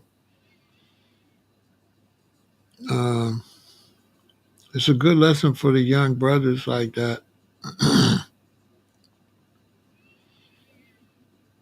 I would say to young brothers, if you're trying to go into business and you're young and it's serious and you're trying to build a multi-million-dollar business, I would advise you not to get married or have a girlfriend. That would be my advice. Because I don't believe, because the younger women are not like the old school women, and you're not going to be able to give her the time she needs. And out of 100 women, it'll probably take 200 women to find one that would be able to be loyal enough to function.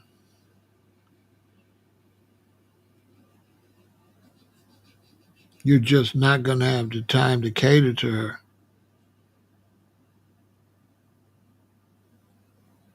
That's why some people are cool with working a job. Because when you work for yourself, you don't get them days off like that. You got to work long hours when you work for yourself to get your business off the ground.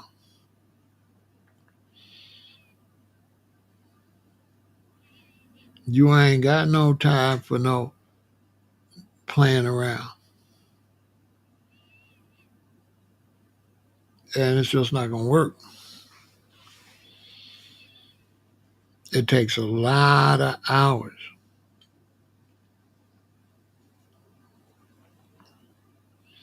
I mean, I got another company. I was trying to get my trademark set up yesterday, and every time I got to the end, it kept saying, you didn't fill it out right. I go back to the beginning, fill it out again, get to the end, you ain't fill it out right. but I filled it out right. So now I got to call the trademark company in the morning and have them look at it while I'm doing it because they don't make this stuff easy.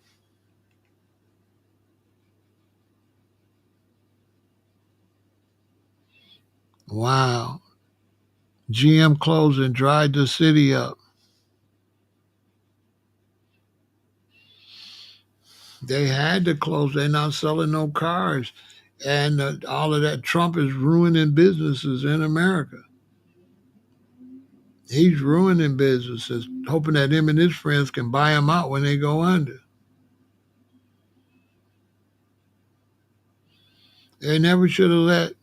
They never should have let Trump be the president and still do business, because he's a big old scam artist,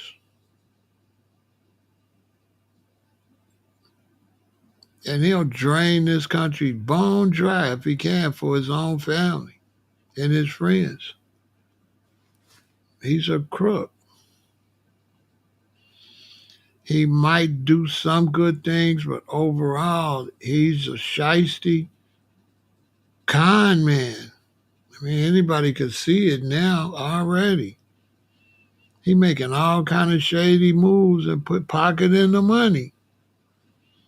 When you ever seen a president take pictures of Tesla in front of the White House and selling all kind of cards and stuff? You know what I'm saying?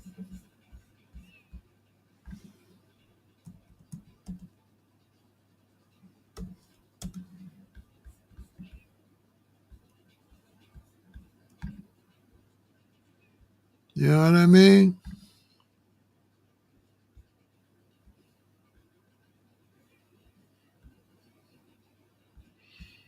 Real talk.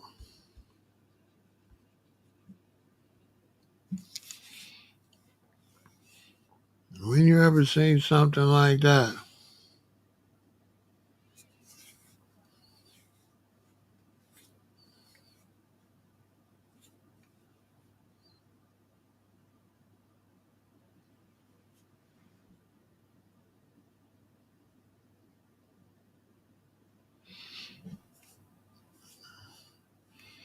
Too much is crazy.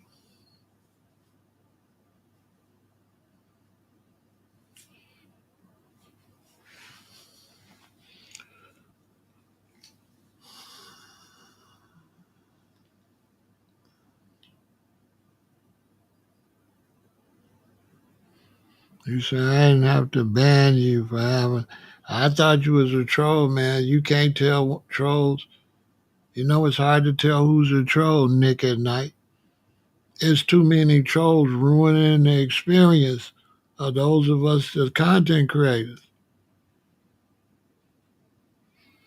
I didn't know, bro. You know what I'm saying?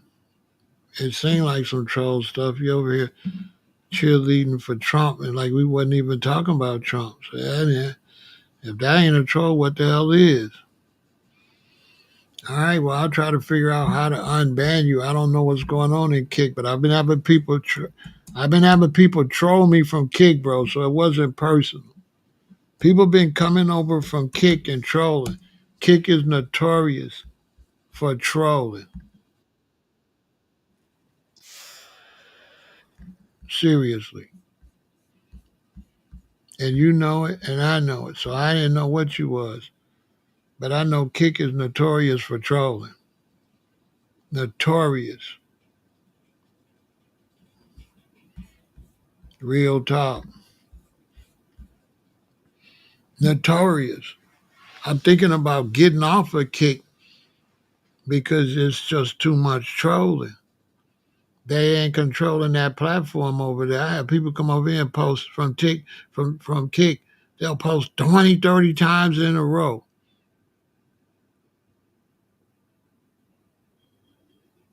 Yeah, so I didn't know who you was. I don't know, I don't know who you was. I don't know how to unban you though, but I'll figure it out. I'll go figure out how to unban you, but I don't know. Them gamers on Kick, they not good for content creators and they not good for the conversation. You know what I'm saying? You know what I'm saying? I'll go find you over there. You know what I mean? I don't know how to find you. How I find you? How do I find you when I go to kick and unblock you? Let me see if I can figure this out. Is there something that show me who I blocked?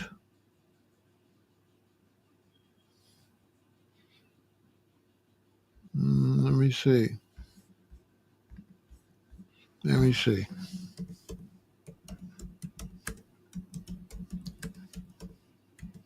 So I ain't know, bro. I had to, man, I've been having to go over there.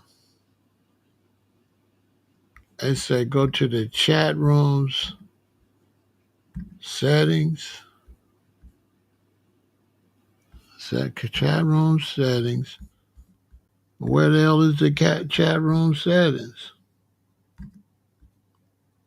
I don't know.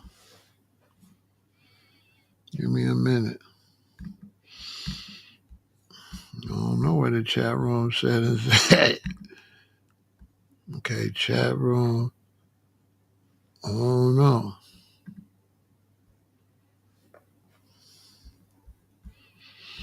Let's see, go to the chat room settings. Navigate to banned users list.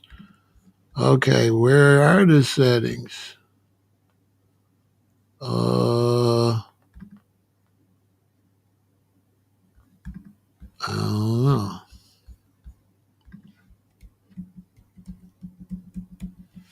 I'll figure it out. I'll go find you and I'll undo it. I got to figure it out. I don't know how to work it yet. And once I figure it out, I'll unban you.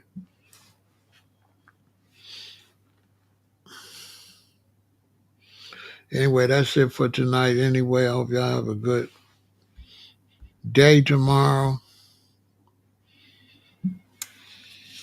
We're going to see what happens with Diddy and all that nonsense. It's a shame he ruined everything he had, but he was a terrible person anyway. He never really took care of his artists, nothing. You know, he never just was no good. It's just amazing that some people still like him. He never took care of none of his artists or nothing. He was a horrible record label executive. Horrible. Didn't do nothing for nobody. You know what I'm saying? And Cassie was trying to be an artist, and instead of him helping her with her music, he had her doing freak offs. What a lowlife.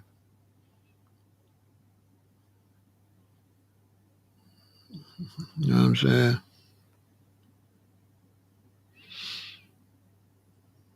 Kick is like, I'm on Kick and I'm on Twitch, so it's a lot of gamers. But I plan to be going over there, doing some lives over there too. But I got to figure out how to work it. I just connected to there. I'm over on Kick and I'm over on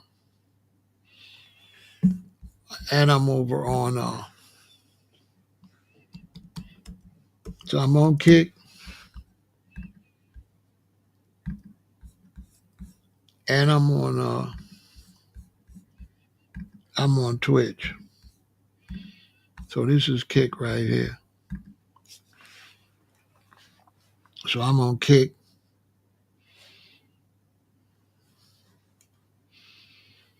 You see? I'm on Kick. And look, it keep opening up. Look how many times it opened me up. Hold on a second. Tell me that's crazy. It keeps opening windows inside of windows. Let's take a break.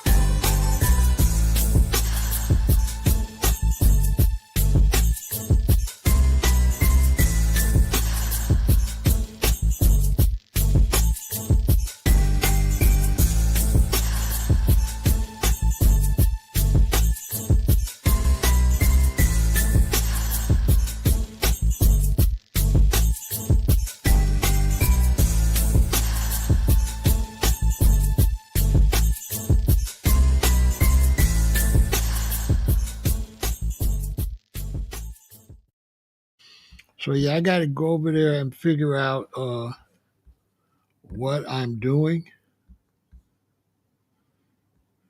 and how to work it. Eventually, I will figure it out. I'm on Twitch too. I have to go over there and figure out how to work that also.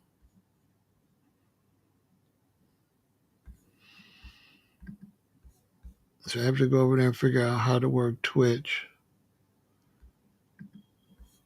and get on my. Right now, my Twitch is on Vegan Intel, so I got to try to figure out how to. I need to switch that.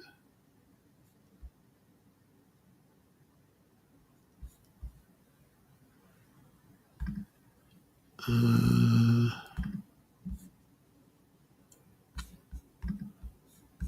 Let me figure out how. Let me see what I'm doing.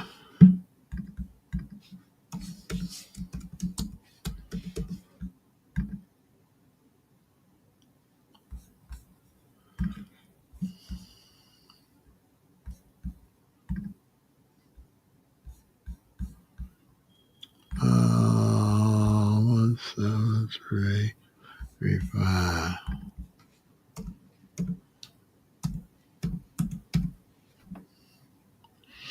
I'm on Twitch too.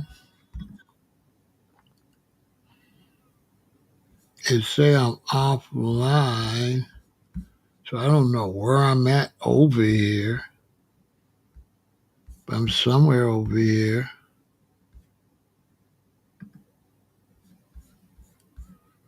Where? I do not know. So I'm on Twitch too, but I don't know where. I gotta figure. I gotta figure out how to work all this stuff.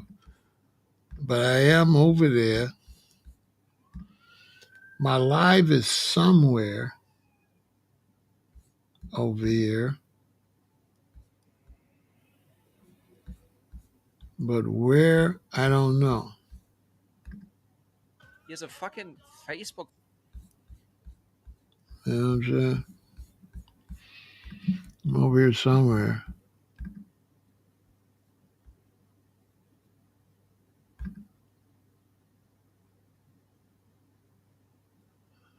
But where? I don't know. So I gotta figure it out.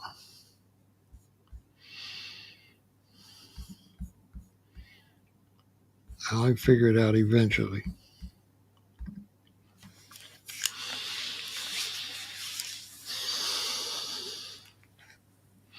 My daughter's like, "What are you doing all that stuff, Dad? You don't even know what you're doing." I said, "Watch, give me 4 months.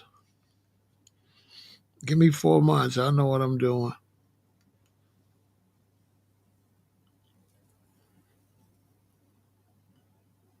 They keep telling me to join something over there called I forgot what it's called.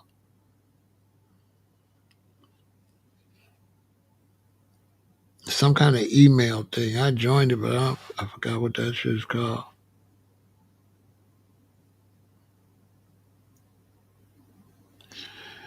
Yes, he did ruin careers, but you know, it's a shame that he got on them drugs.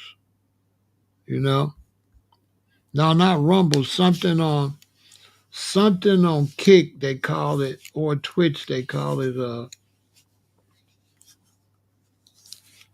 They be like, follow me on something. Hold on, I'll tell you what it is. I don't know how to work that either.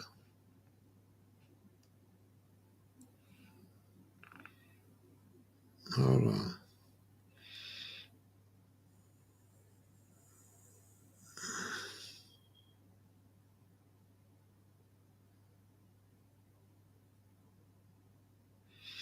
And they keep telling me to follow them over there on it, but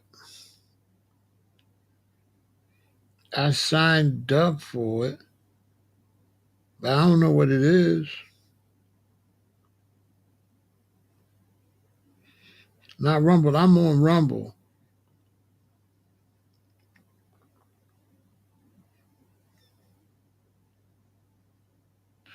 Well, it can't be over here.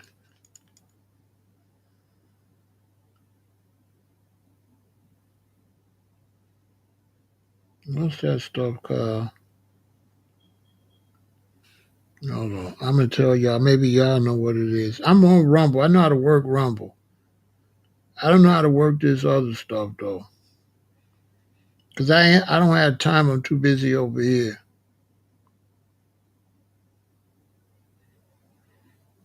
Wow.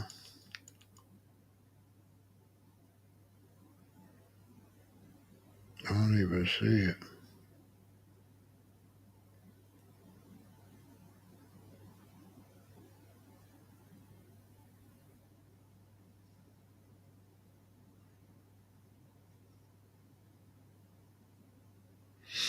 This don't make no sense. I don't even see it.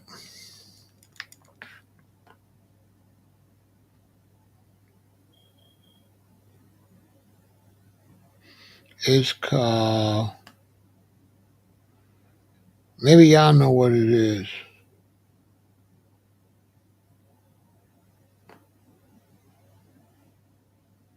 Hold on. I'm going to tell you what it is in a minute.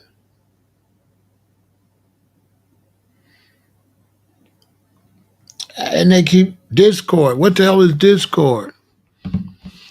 What the hell is Discord? I'm on Discord, but I don't know what it is. What is Discord? What do you do on Discord? Right? I'm on Kick, but then I got on Discord because everybody keep telling me to get with them on Discord. So I got on Discord, but I don't know what the hell Discord is or what it does. I don't know what it does.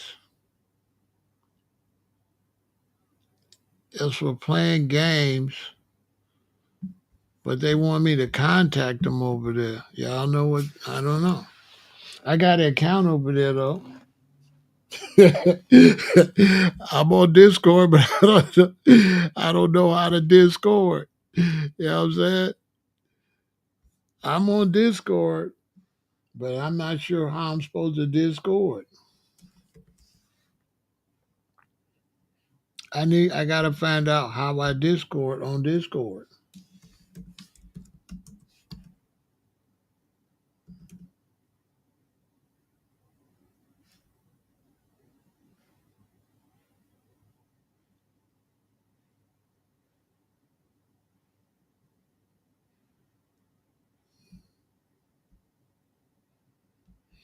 I don't know.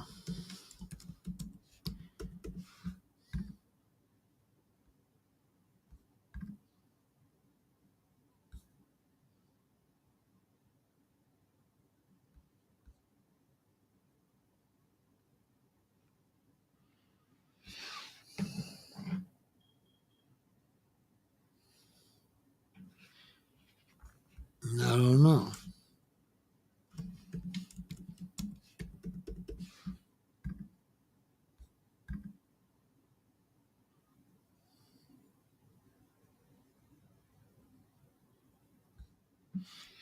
I didn't write my doggone password down thing. I don't think I wrote my password down. I don't think I know. Oops. I didn't write my password down, so I don't know.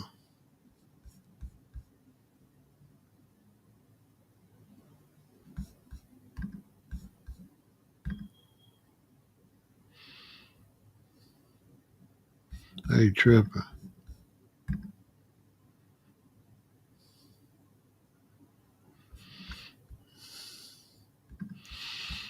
All right, they said they showed me how to get back in. What's this?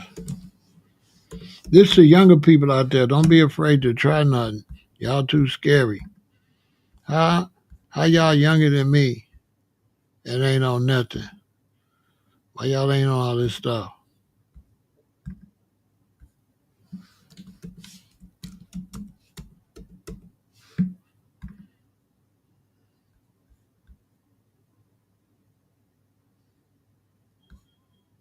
Look. Everybody want verification code. They want too much verification. It's like, what the hell?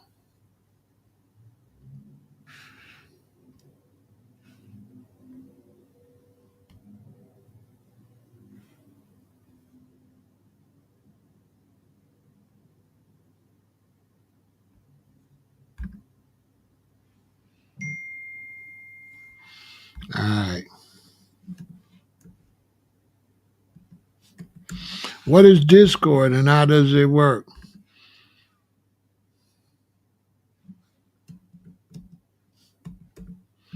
Look at this. Oh, this ain't it. I'm putting in the wrong stuff. My bad.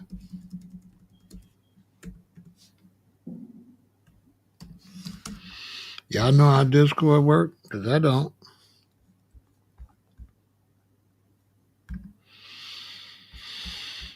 Okay. How this work?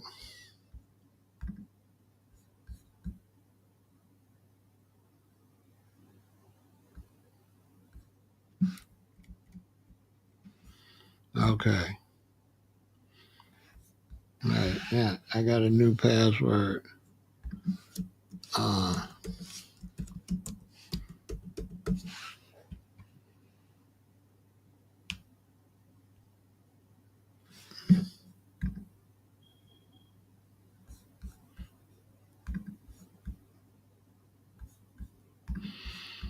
okay, now this is my Discord. I don't know how this work either.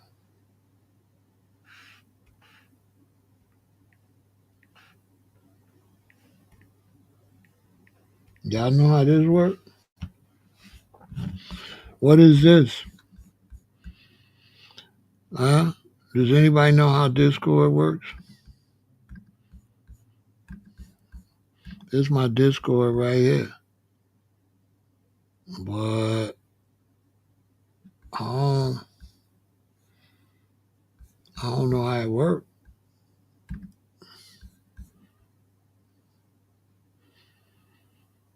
I don't know what I'm supposed to do with this. But people keep telling me to add them to my Discord. Well, I don't know.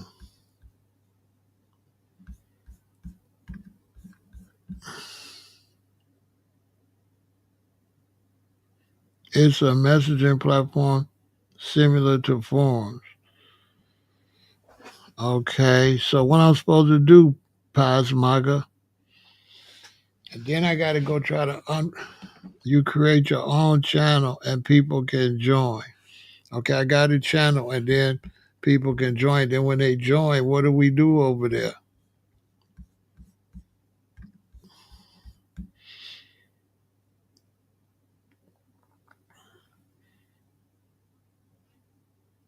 Okay, I got a channel join so you can tell me what I'm doing. I got to go and kick and unblock everybody that I blocked so y'all kick folks can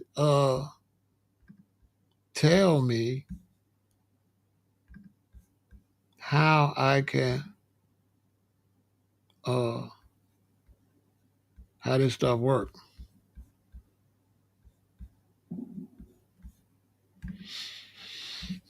And then I'll be on Discord, discording. I'll be I'll be create different rooms, separate by maybe topics. Oh, okay. All right, I'm gonna go look it up and I'm gonna go over there, and then you let me know, Pasmaga, what I'm doing. That's perfect. I'll figure it out though. It might be interesting. We're gonna see.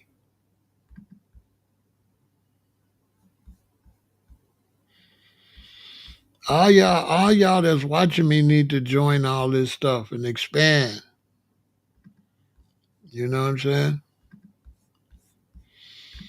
All y'all need to join this stuff and expand and use this and see how it could benefit you. Especially you older people. You need to get on there with these young people. Maybe they'll stop trolling. and get a life. Because there's a whole bunch of trolls on Kick, and they be trolling like 100 times in a row. I don't know what that's about. They got some kind of way somebody used like an automatic. That's why I blocked dude. I thought he was going to be that. They got like an automatic trolling where it just keeps posting somebody over and over and over. I don't know how they do that. But it's definitely annoying. But when I get my new PlayStation set up, I'll be over on all that stuff. I'll be on Kick and Twitch. I'll definitely be on Twitch gaming. So I can't wait till I get my gaming channel up. But I got about 5 projects ahead. I'm like so many projects I got ahead of that. And I really got to get this book done. So I don't have time for gaming until I get this book done. You can create live streams there and add people to join. It's what DJ Academics and others use when in video group calls. I know that's why I got it from DJ Academics. I got to figure out how he has everything coming to his channel. Because Academics is the reason I went over there. I went over to Kick and I'm going to figure it out though. I'll just go to YouTube and watch a bunch of videos on it. But I appreciate you though, bro. Make sure you follow me on all that stuff. You know what I'm saying? And then come back someday and tell me how I unblock my other friend,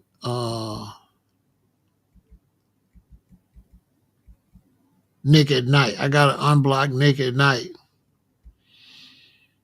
I thought he was trolling today. I didn't know he was Nick at the night. I thought he was trolling today. Sorry, Nick. I'm gonna unblock you, bro. I thought you was trolling today. I didn't know you was Nick at Night. I thought you was trolling. I can't stand trolls. I think trolls ruin it for everybody. Nobody want nobody trolling them. But I think a lot of the content creators, they just let them troll. They just don't pay no attention, I think. Or I think, don't you got to get moderators on each one of those? So I would get a moderator on Kick. I would get a moderator on Twitch, and they would control that. Is that correct? I think that's how that works. I got to get mods on all this stuff. Anyway, I'm gonna bring the older YouTubers up. We're gonna get on there and we're gonna bring some more information to all the young brothers and sisters out there, all the gamers out there and all the young people. All right. So look, y'all stay positive. Don't be hating on Diddy. Don't be putting your emotions into it. Let the law work its own things out. Some ladies, I do understand if some ladies is offended the way he had mistreated women. For him to have daughters, I think that was just extremely horrible for his daughters. I think his daughters will never get over that. You know, I think Diddy embarrassed himself and embarrassed his family. Seriously. So anyway, y'all, it's been a pleasure. Stay positive. Stay out of trouble. Eat right. Try to stay healthy. Take care of yourself, all right?